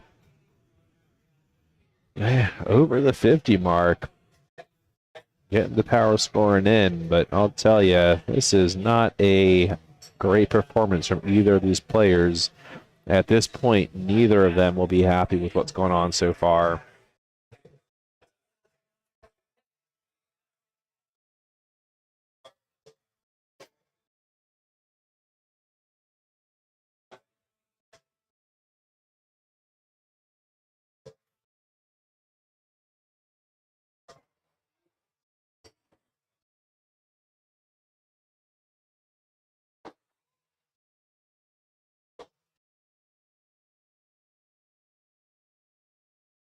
You can just keep it in the center and continue to do that. Yeah, I mean, a ton there is a fantastic visit, effectively having taken the darts now from Seth here in this third leg. And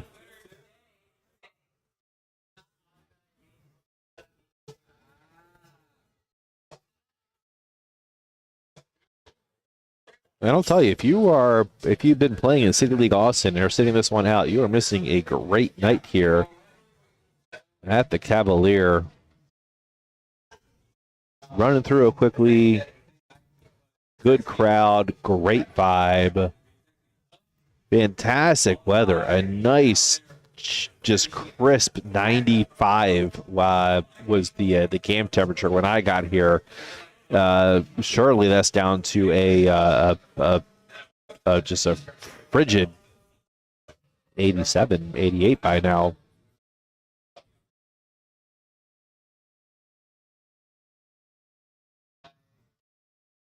Which here in Austin, where we've got a 104 average since June. Okay, we'll take it. We will take it.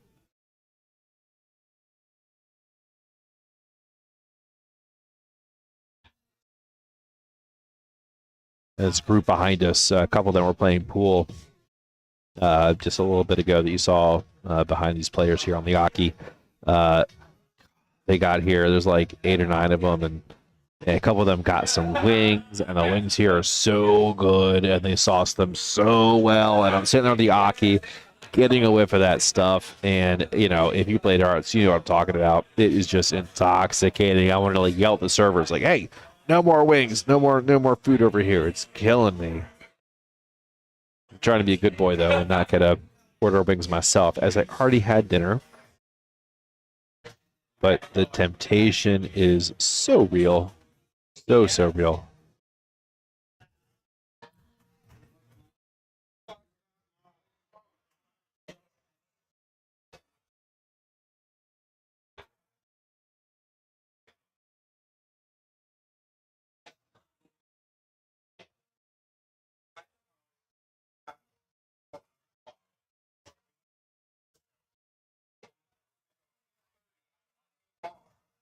So at this juncture, it is all Mad Matt in this leg to take the break, but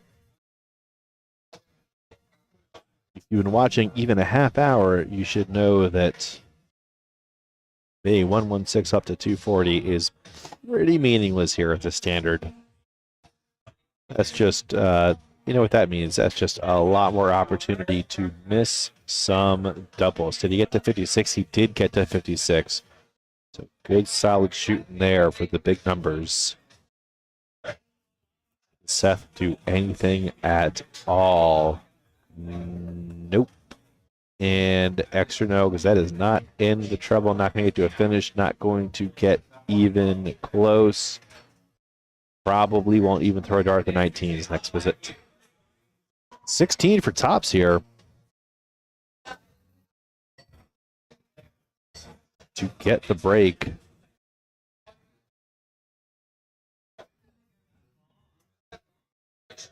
Yes, and there it is.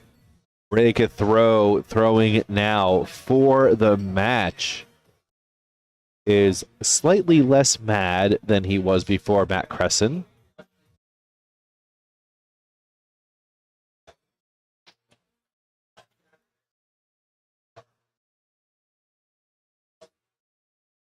Lights out, and we are racing.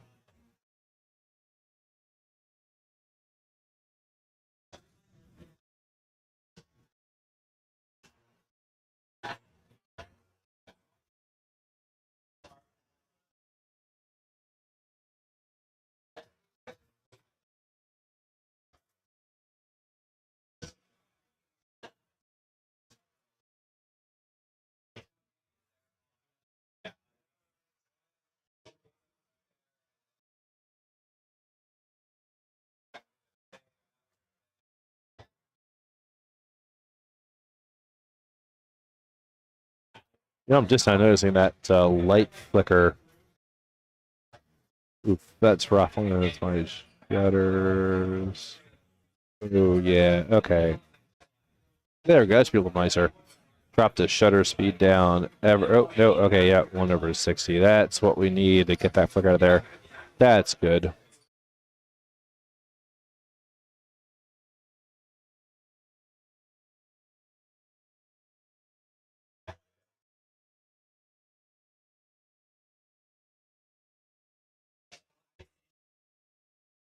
All right, in this band, I'm super duper fresh on. Just came over the speaker, so I'm going to go do a little funk dance with the bartender right now for a second.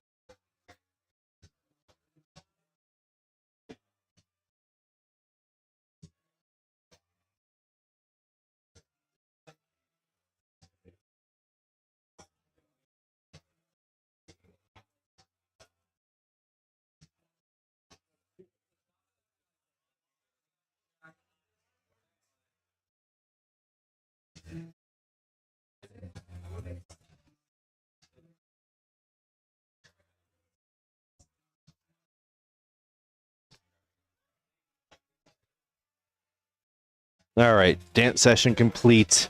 Oh, Automatic, just feeling the groove.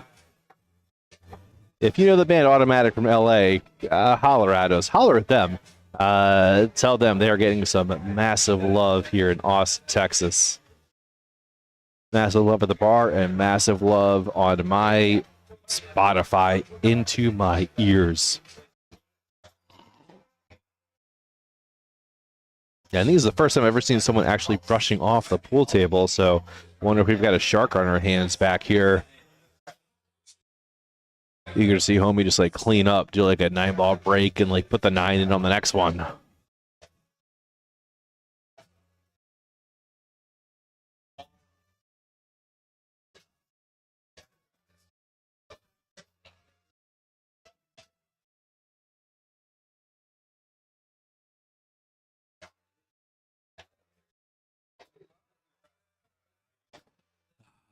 Good look. Wanted the 419s to leave the bullseye.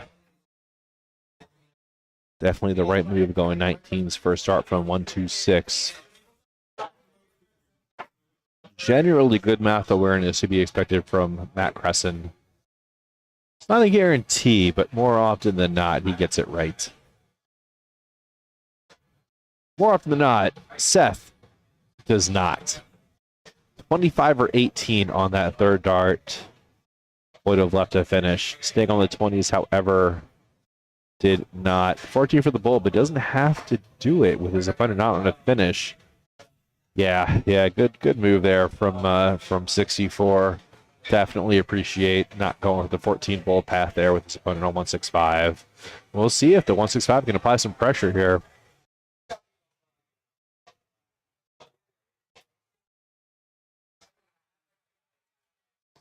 Not really. Tops.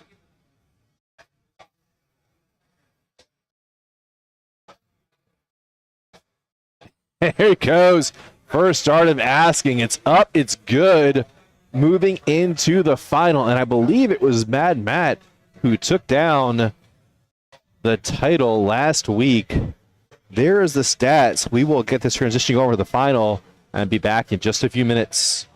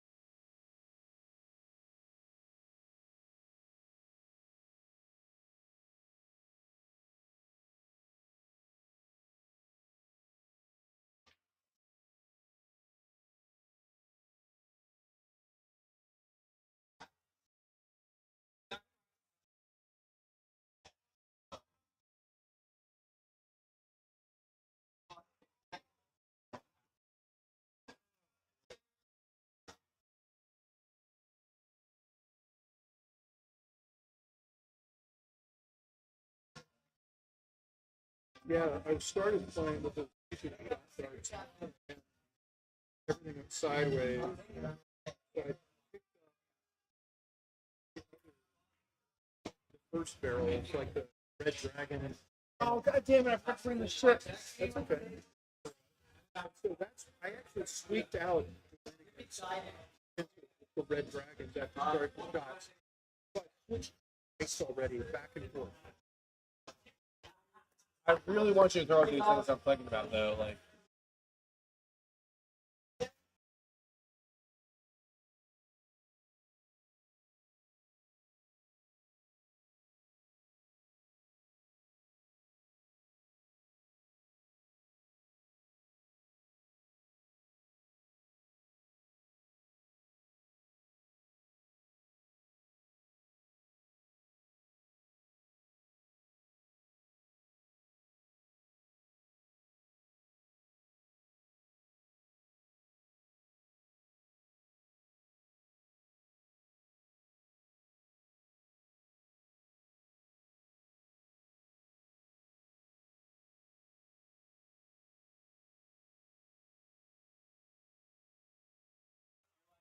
All right, it's Mad Matt against Sweet Action.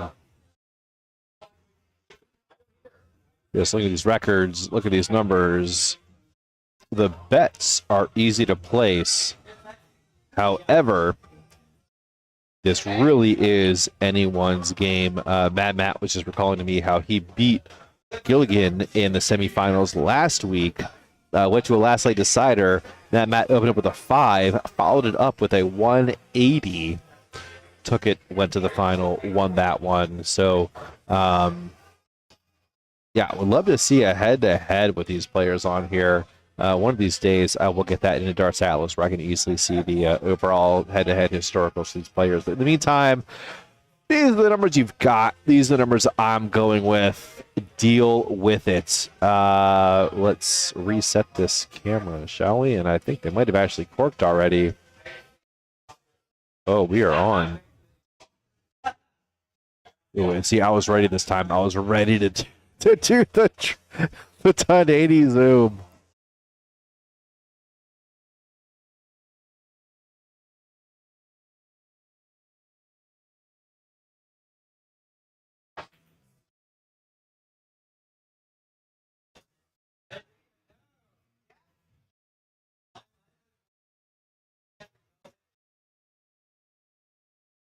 Can't tell that's a matching ton. It's not a matching ton.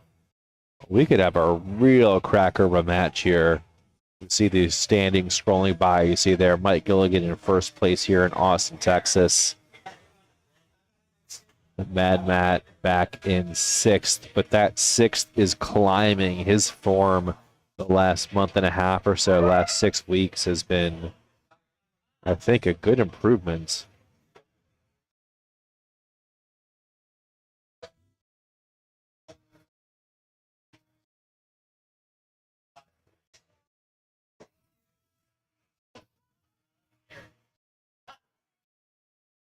Pat Grismore joining us in the chat. Cheers, Repat. Great to see you. I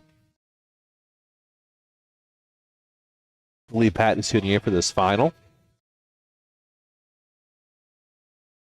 And I also believe Pat has played online in leagues and tournaments against both these players before.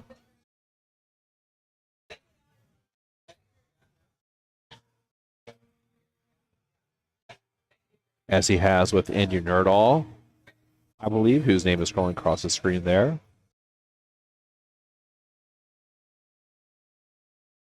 Good bit of overlap here with these City League Awesome players, as well as the players who were playing in the Quarantine League in those days. You know, we don't need to talk about that any further.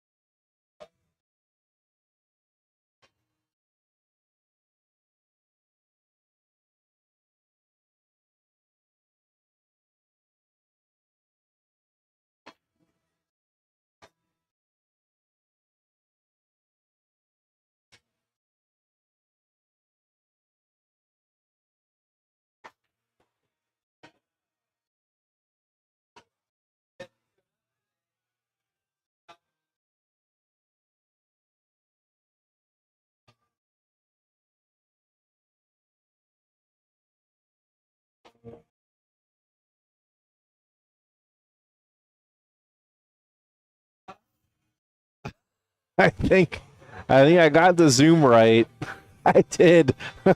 I'm getting better with it. And fortunately or unfortunately, I don't know. Either way, these players are not.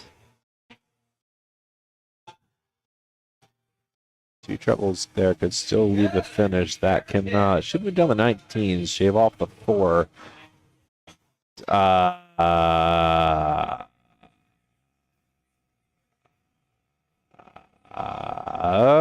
Okay. You know, I honestly, I swear to God, I don't think that was a like. I don't think it was a target. I think it was a miss in the 20s. Just either way, not good. Just you could leave 260 by going 19s. 259 on 20s, 251 or 261 on the 18s there. I know I'm at Matt Starling, but I'm still tilted from the previous visit. Anyway, something aware.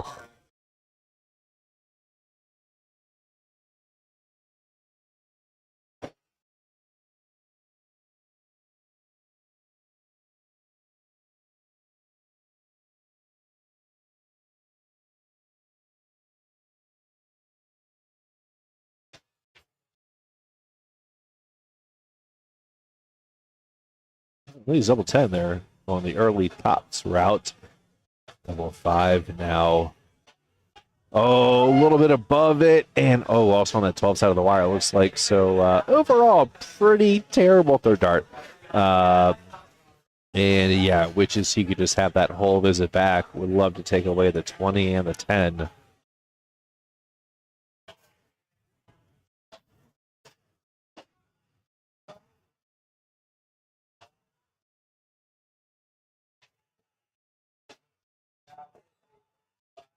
That'll leave the 156. And honestly, between 156 and 10, I don't know what I'd rather pick in this position with these players. I don't know.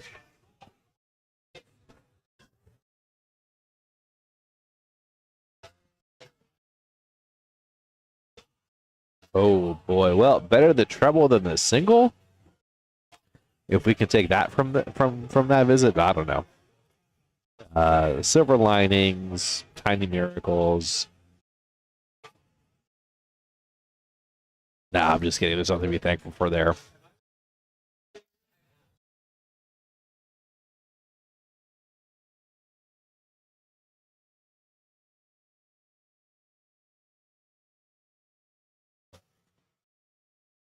Ten under little duress. Wow, I am honestly, I was gonna say, will he split it? But I didn't think he'd have the chutzpah. I didn't think he'd have the chutzpah. Oh, that third throw was like stunty. You almost saw him like recoil the third dart immediately post release to try to like baby it under the first one that was in there, the split dart.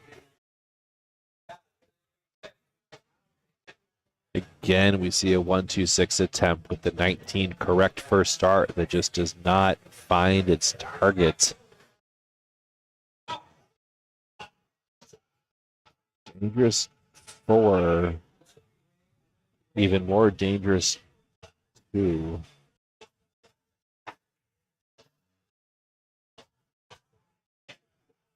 Oh, but not too dangerous. And there is Matt with the dicey hole to throw. But Gilligan's got to be looking at that saying, hey, listen, I can throw better darts than that.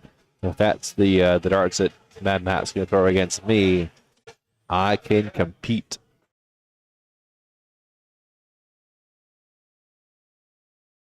And the man loves to compete.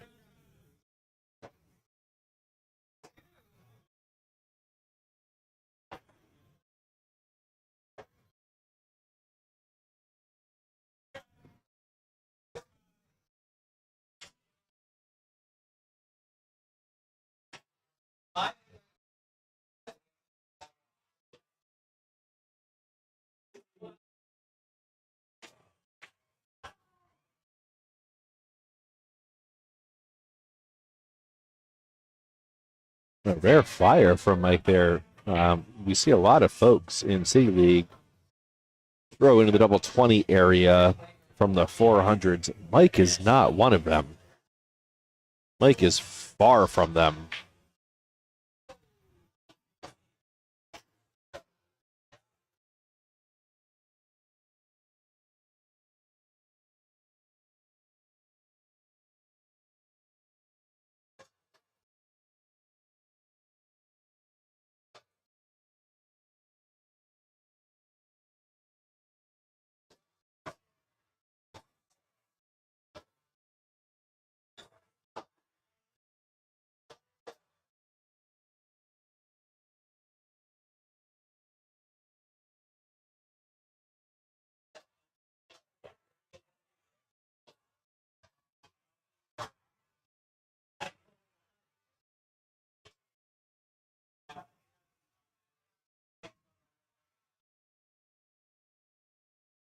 I'm not seeing a bunch of power scoring yet here. And you never know what to make of the end of the night darts because I'm not sure if players are going to be warmed up or just burnt out, and so much of it depends on like their psyche coming into the night, what kind of day it's been. Again, it's Tuesday, we're late at night here. It's, pushing near 10 o'clock.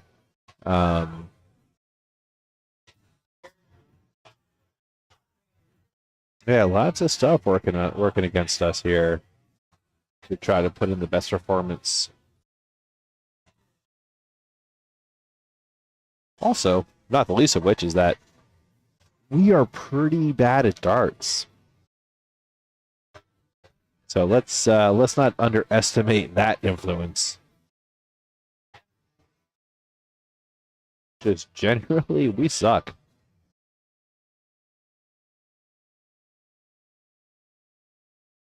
19's first start. Mike. Be a bro. Okay, Shirley. Nope. His eyes are so good. 20s. I need that Be Math Aware symbol. I need that Be Math Aware flag. It's so bad. It's so fucking bad. Oh god. I don't even know what to say. I don't even know what to say. So you know what? I'll just say nothing. Will I say nothing? I'll say nothing.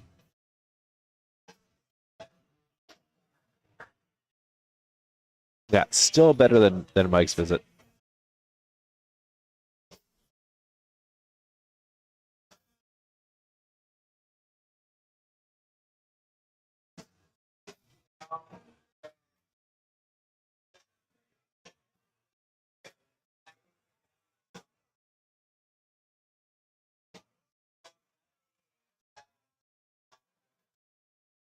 Just an absolute slug of a leg here.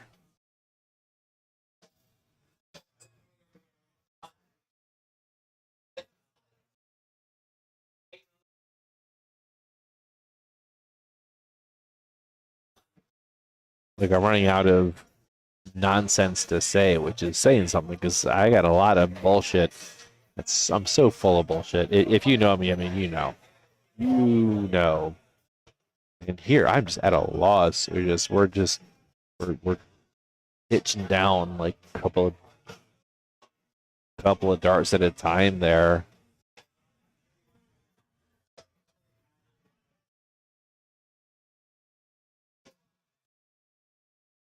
$2019 or 1920. It's gotta go to the 19s. Gotta go to the 19s. Yeah. Got to go to the 19s. Yep. Okay, there we go. Now we see the eye focus back down to the left of the board. Good lad. He missed it, but at least he made the right decision. If you aim for the 20 and hit the 20, you're leaving yourself on a bogey. So no sense in doing that nonsense. 54 top tops. 54 top tops. He's definitely not doing it, but like still, it'd be nice to see. It's just a single, so 114 left. Triple 18 to try to leave tops here. Oh, holy shit. Way off. Way off.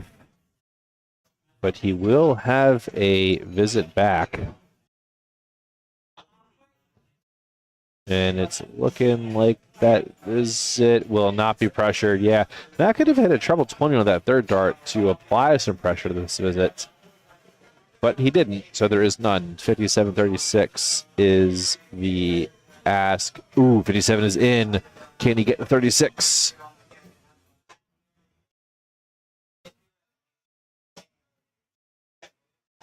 Oh, just the 57. What a good look. I absolutely fancied that going in. 142, it's tough, but it's surmountable. Well, it was surmountable.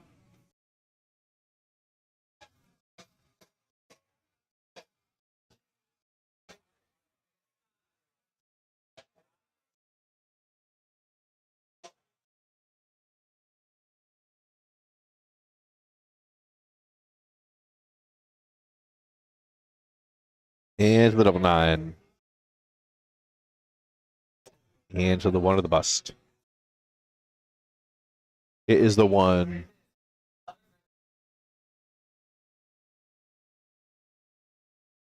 Nineteens or 16 for tops. Oh no! Look at the angst.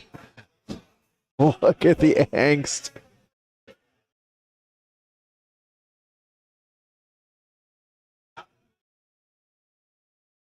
Oh no, there's the bust. That is a bust.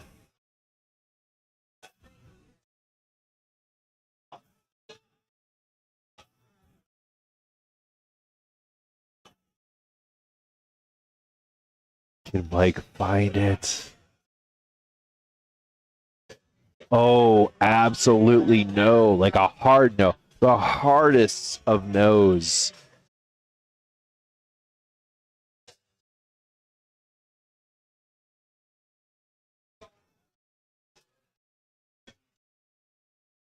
And just sorry if you're listening here. Mother. Not to walk away. Yeah, oh man, Danzig's mother just came on, and me and Darren are back here rocking out like some bastards who appreciate music from the 80s and 90s.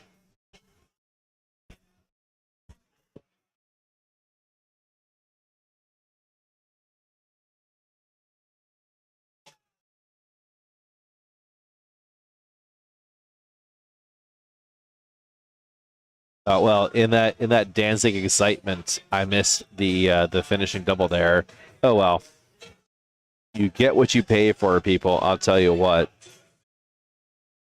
But also, Danzig is far more important than my entertainment to you.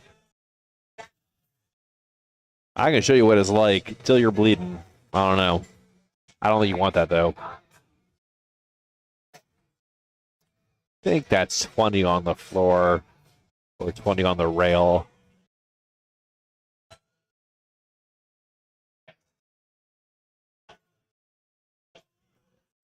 And if you want to bang heads with me, I can show you what it's like till y'all bleed ahead. Like I said, Danzig, I don't know, when you're out of the bar and just a certain song hits you in a certain mood and it just takes over. It just takes over.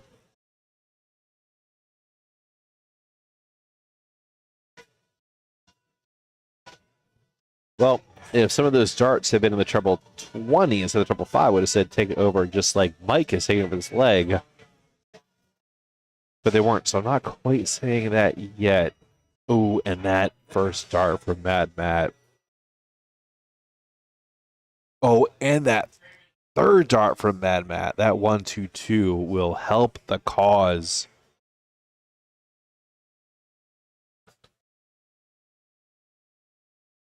Oh boy, that'll help the cause indeed.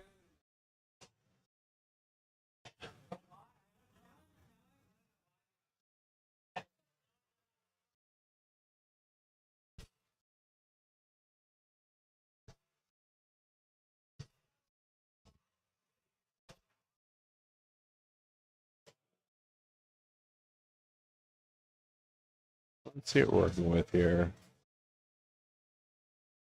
Nothing that great. So 180 to leave a 141. Would be the tidiest 15 darter you ever did see.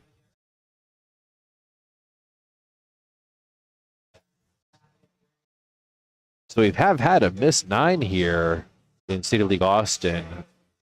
Omar Fabian, I want to say 5 weeks ago, shaved double 12, pinned double 6 the very next start, so hit a 10, but missed the 24 for the 9 right here at this very venue. I believe he was on board too. And we weren't streaming that night, so it wasn't like that close of a miss on stream, but still, oh boy. I think if you were to like put bets from City League Austin into like who was gonna be the first to crack the 9, I don't know, man. It's hard to imagine anyone having shorter odds than Omar.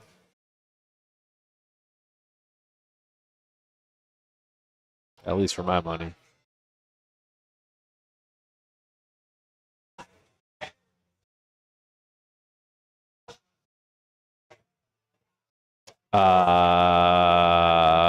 Wow, that was almost a way to leave a 159. Should have absolutely stayed up high on tops or on 20s, but anyway.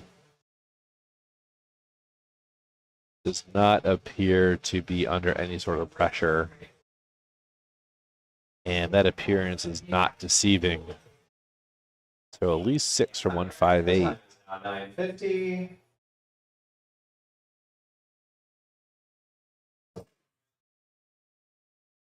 Music Rhonda. Acapello. Hello. Yes, the time is now 9:50. Unless, of course, you are in darkness.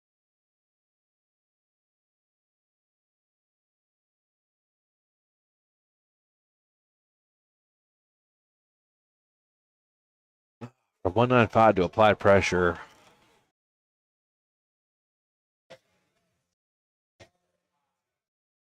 I don't think there's any pressure here. I think it's just, oh, that is 65 square. Well, yeah, 125 instead of 70 would be awfully spicy. However, it's mild in the end. 110 plays 60. Gotta favor the 60. Oh, is that in there? No. Yeah. Oh, no. Looking for that double 10. Does not find. Is he found double 6? He does not. All right, 110 for Gilligan here. What's it going to be? Oh, no, it's 109 and it's off.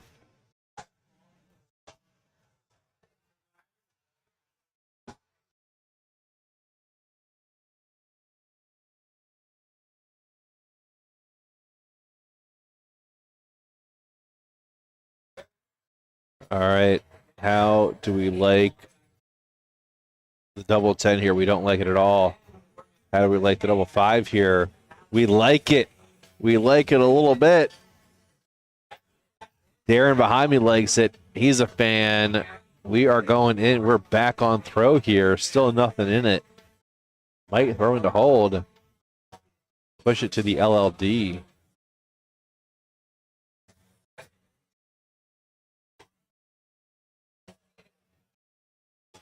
Oh, not going to put in the 3 troubles here, but 83 is a very solid opener here.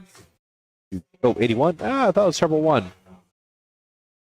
81 blazing it to push this all the way.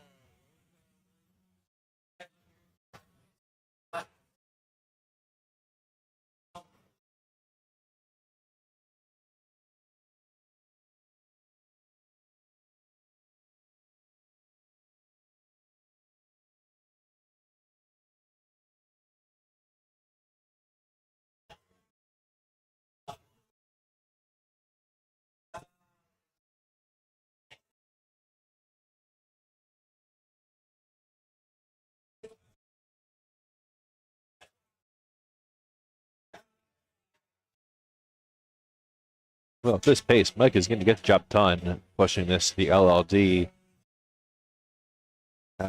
However, just based on the throwing order, that will be to Preston's advantage.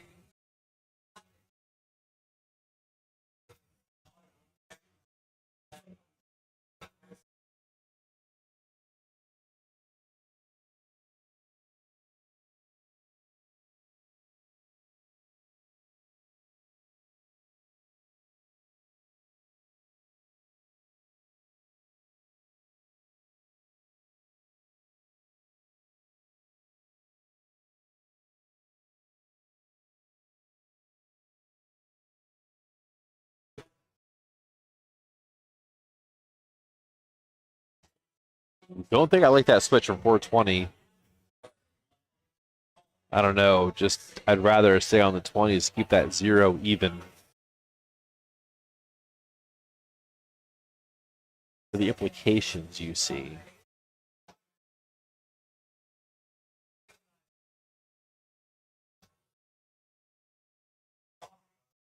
Oh no, I think that one's a little bit high. That second arrow, so just a ton. But 3 very well thrown from Gilligan. Again, putting himself in proper position to push this all the way.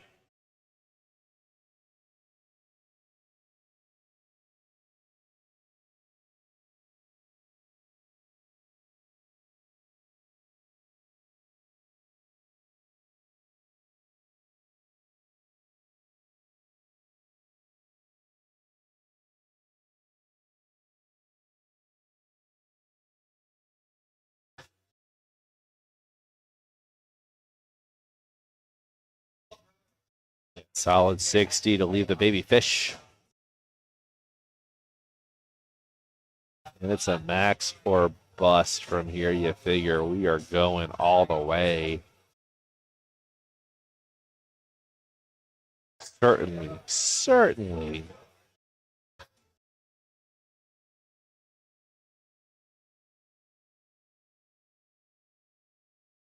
Baby fish, guarantee you, if he goes 80 in the first 2, he's going 50 with the third. Guarantee. Oh, it is so on bullseye.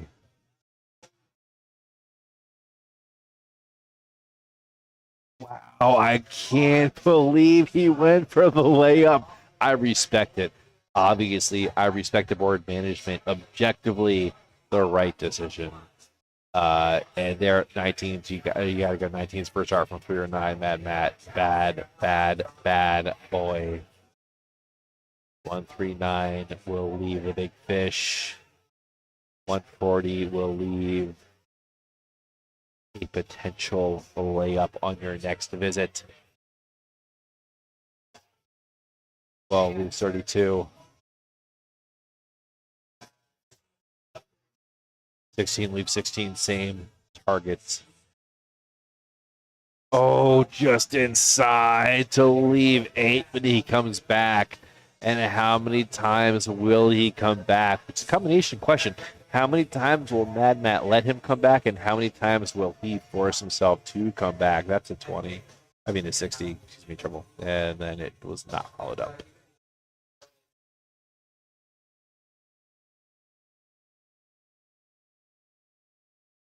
Double 4 here.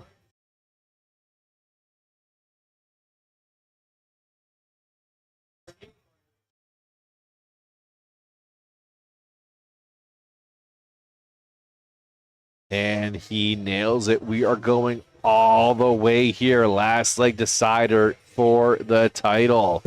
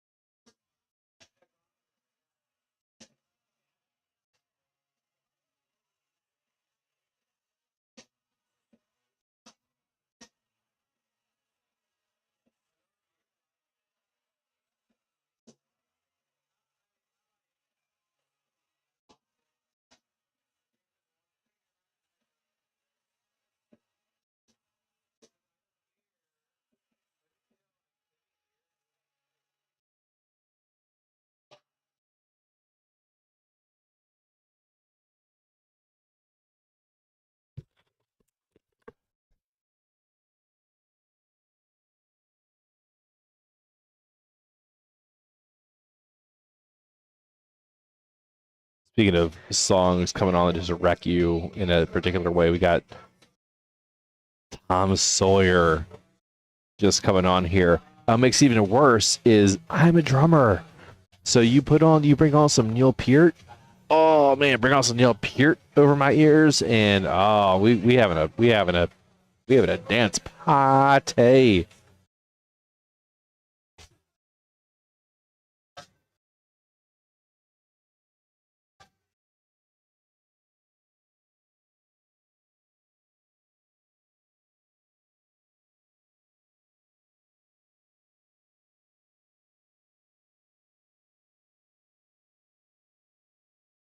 So Mike Proper taking the darts if he can make something happen this visit. And also it's some weird it's like some remix of Tom Sawyer. It's like a hard rock tribute. Where it's not like some alternate shitty version, but it's clearly not the original.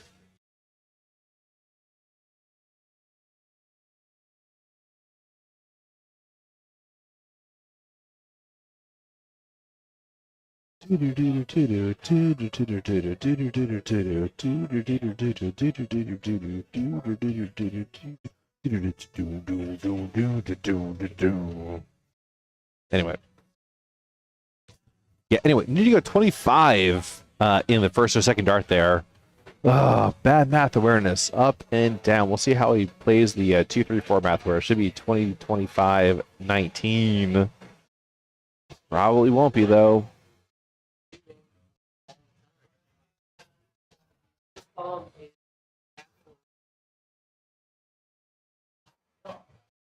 Gilligan is joining the Tom Sawyer banter.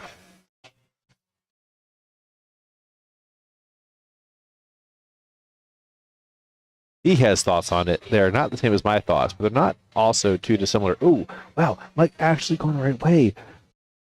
Oh my God, he went the right way. I guarantee if he had hit that single, he would have hit a, oh my God, a 145. Wow, started off with just a basic math awareness, ended up with a belter of a visit. This is, yeah. Yeah, Gilligan comes up, talks some shit about the song, and then nails in the 145.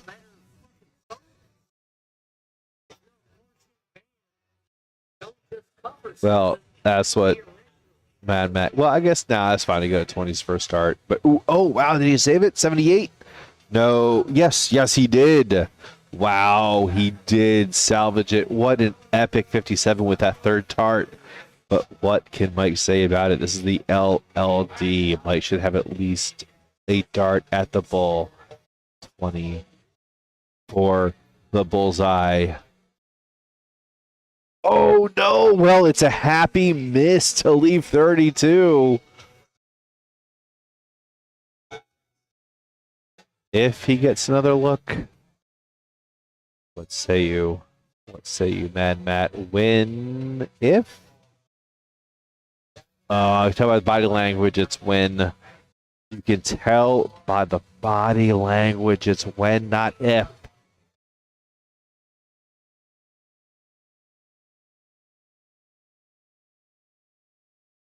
And here it is.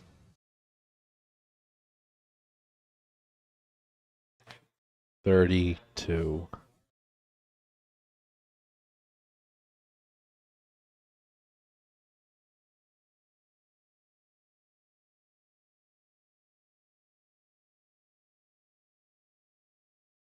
Oh no, it's all for naught. But 1, 2, 2. Nothing easy here.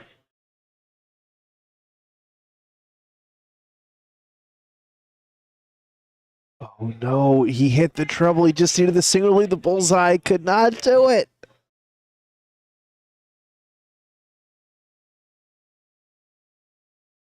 $65 remaining 15s or the 25 segment in the middle.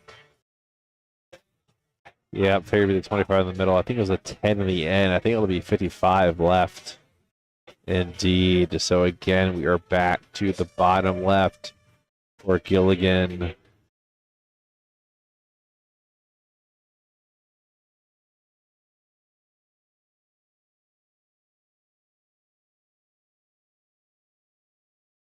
No, can he make the double 8? Can he correct it again for the match? For the title? No, it is elusive once again, Mad Matt. Looking for the big 15. Looking for tops. Looking for double 10 now. No, that's inside. It's 10 left, and it is Gilligan again for the double, the bottom left corner. What can he do with it? He can hit it, is what he can do. As I've said before, better late than never. It is Mike Gilligan through with the victory. It was scrappy, but it got the job done in the end. It is Sweet Action over Mad Matt in the final, scooping up the 5 points. Doesn't matter for him. He had the number 1 seed going into the Fall Invitational here this Saturday. And here's what those standings look like now after tonight. So that is latest and greatest. These are the final seedings going into tomorrow. So it will be number 1 Gilligan against 8 Parr. Number 2 Fabian against 7 Mitchell. Number 3 Lainez against number 6 Ross. Number 4 Wilkerson against number 5 Crescent. And that will be that.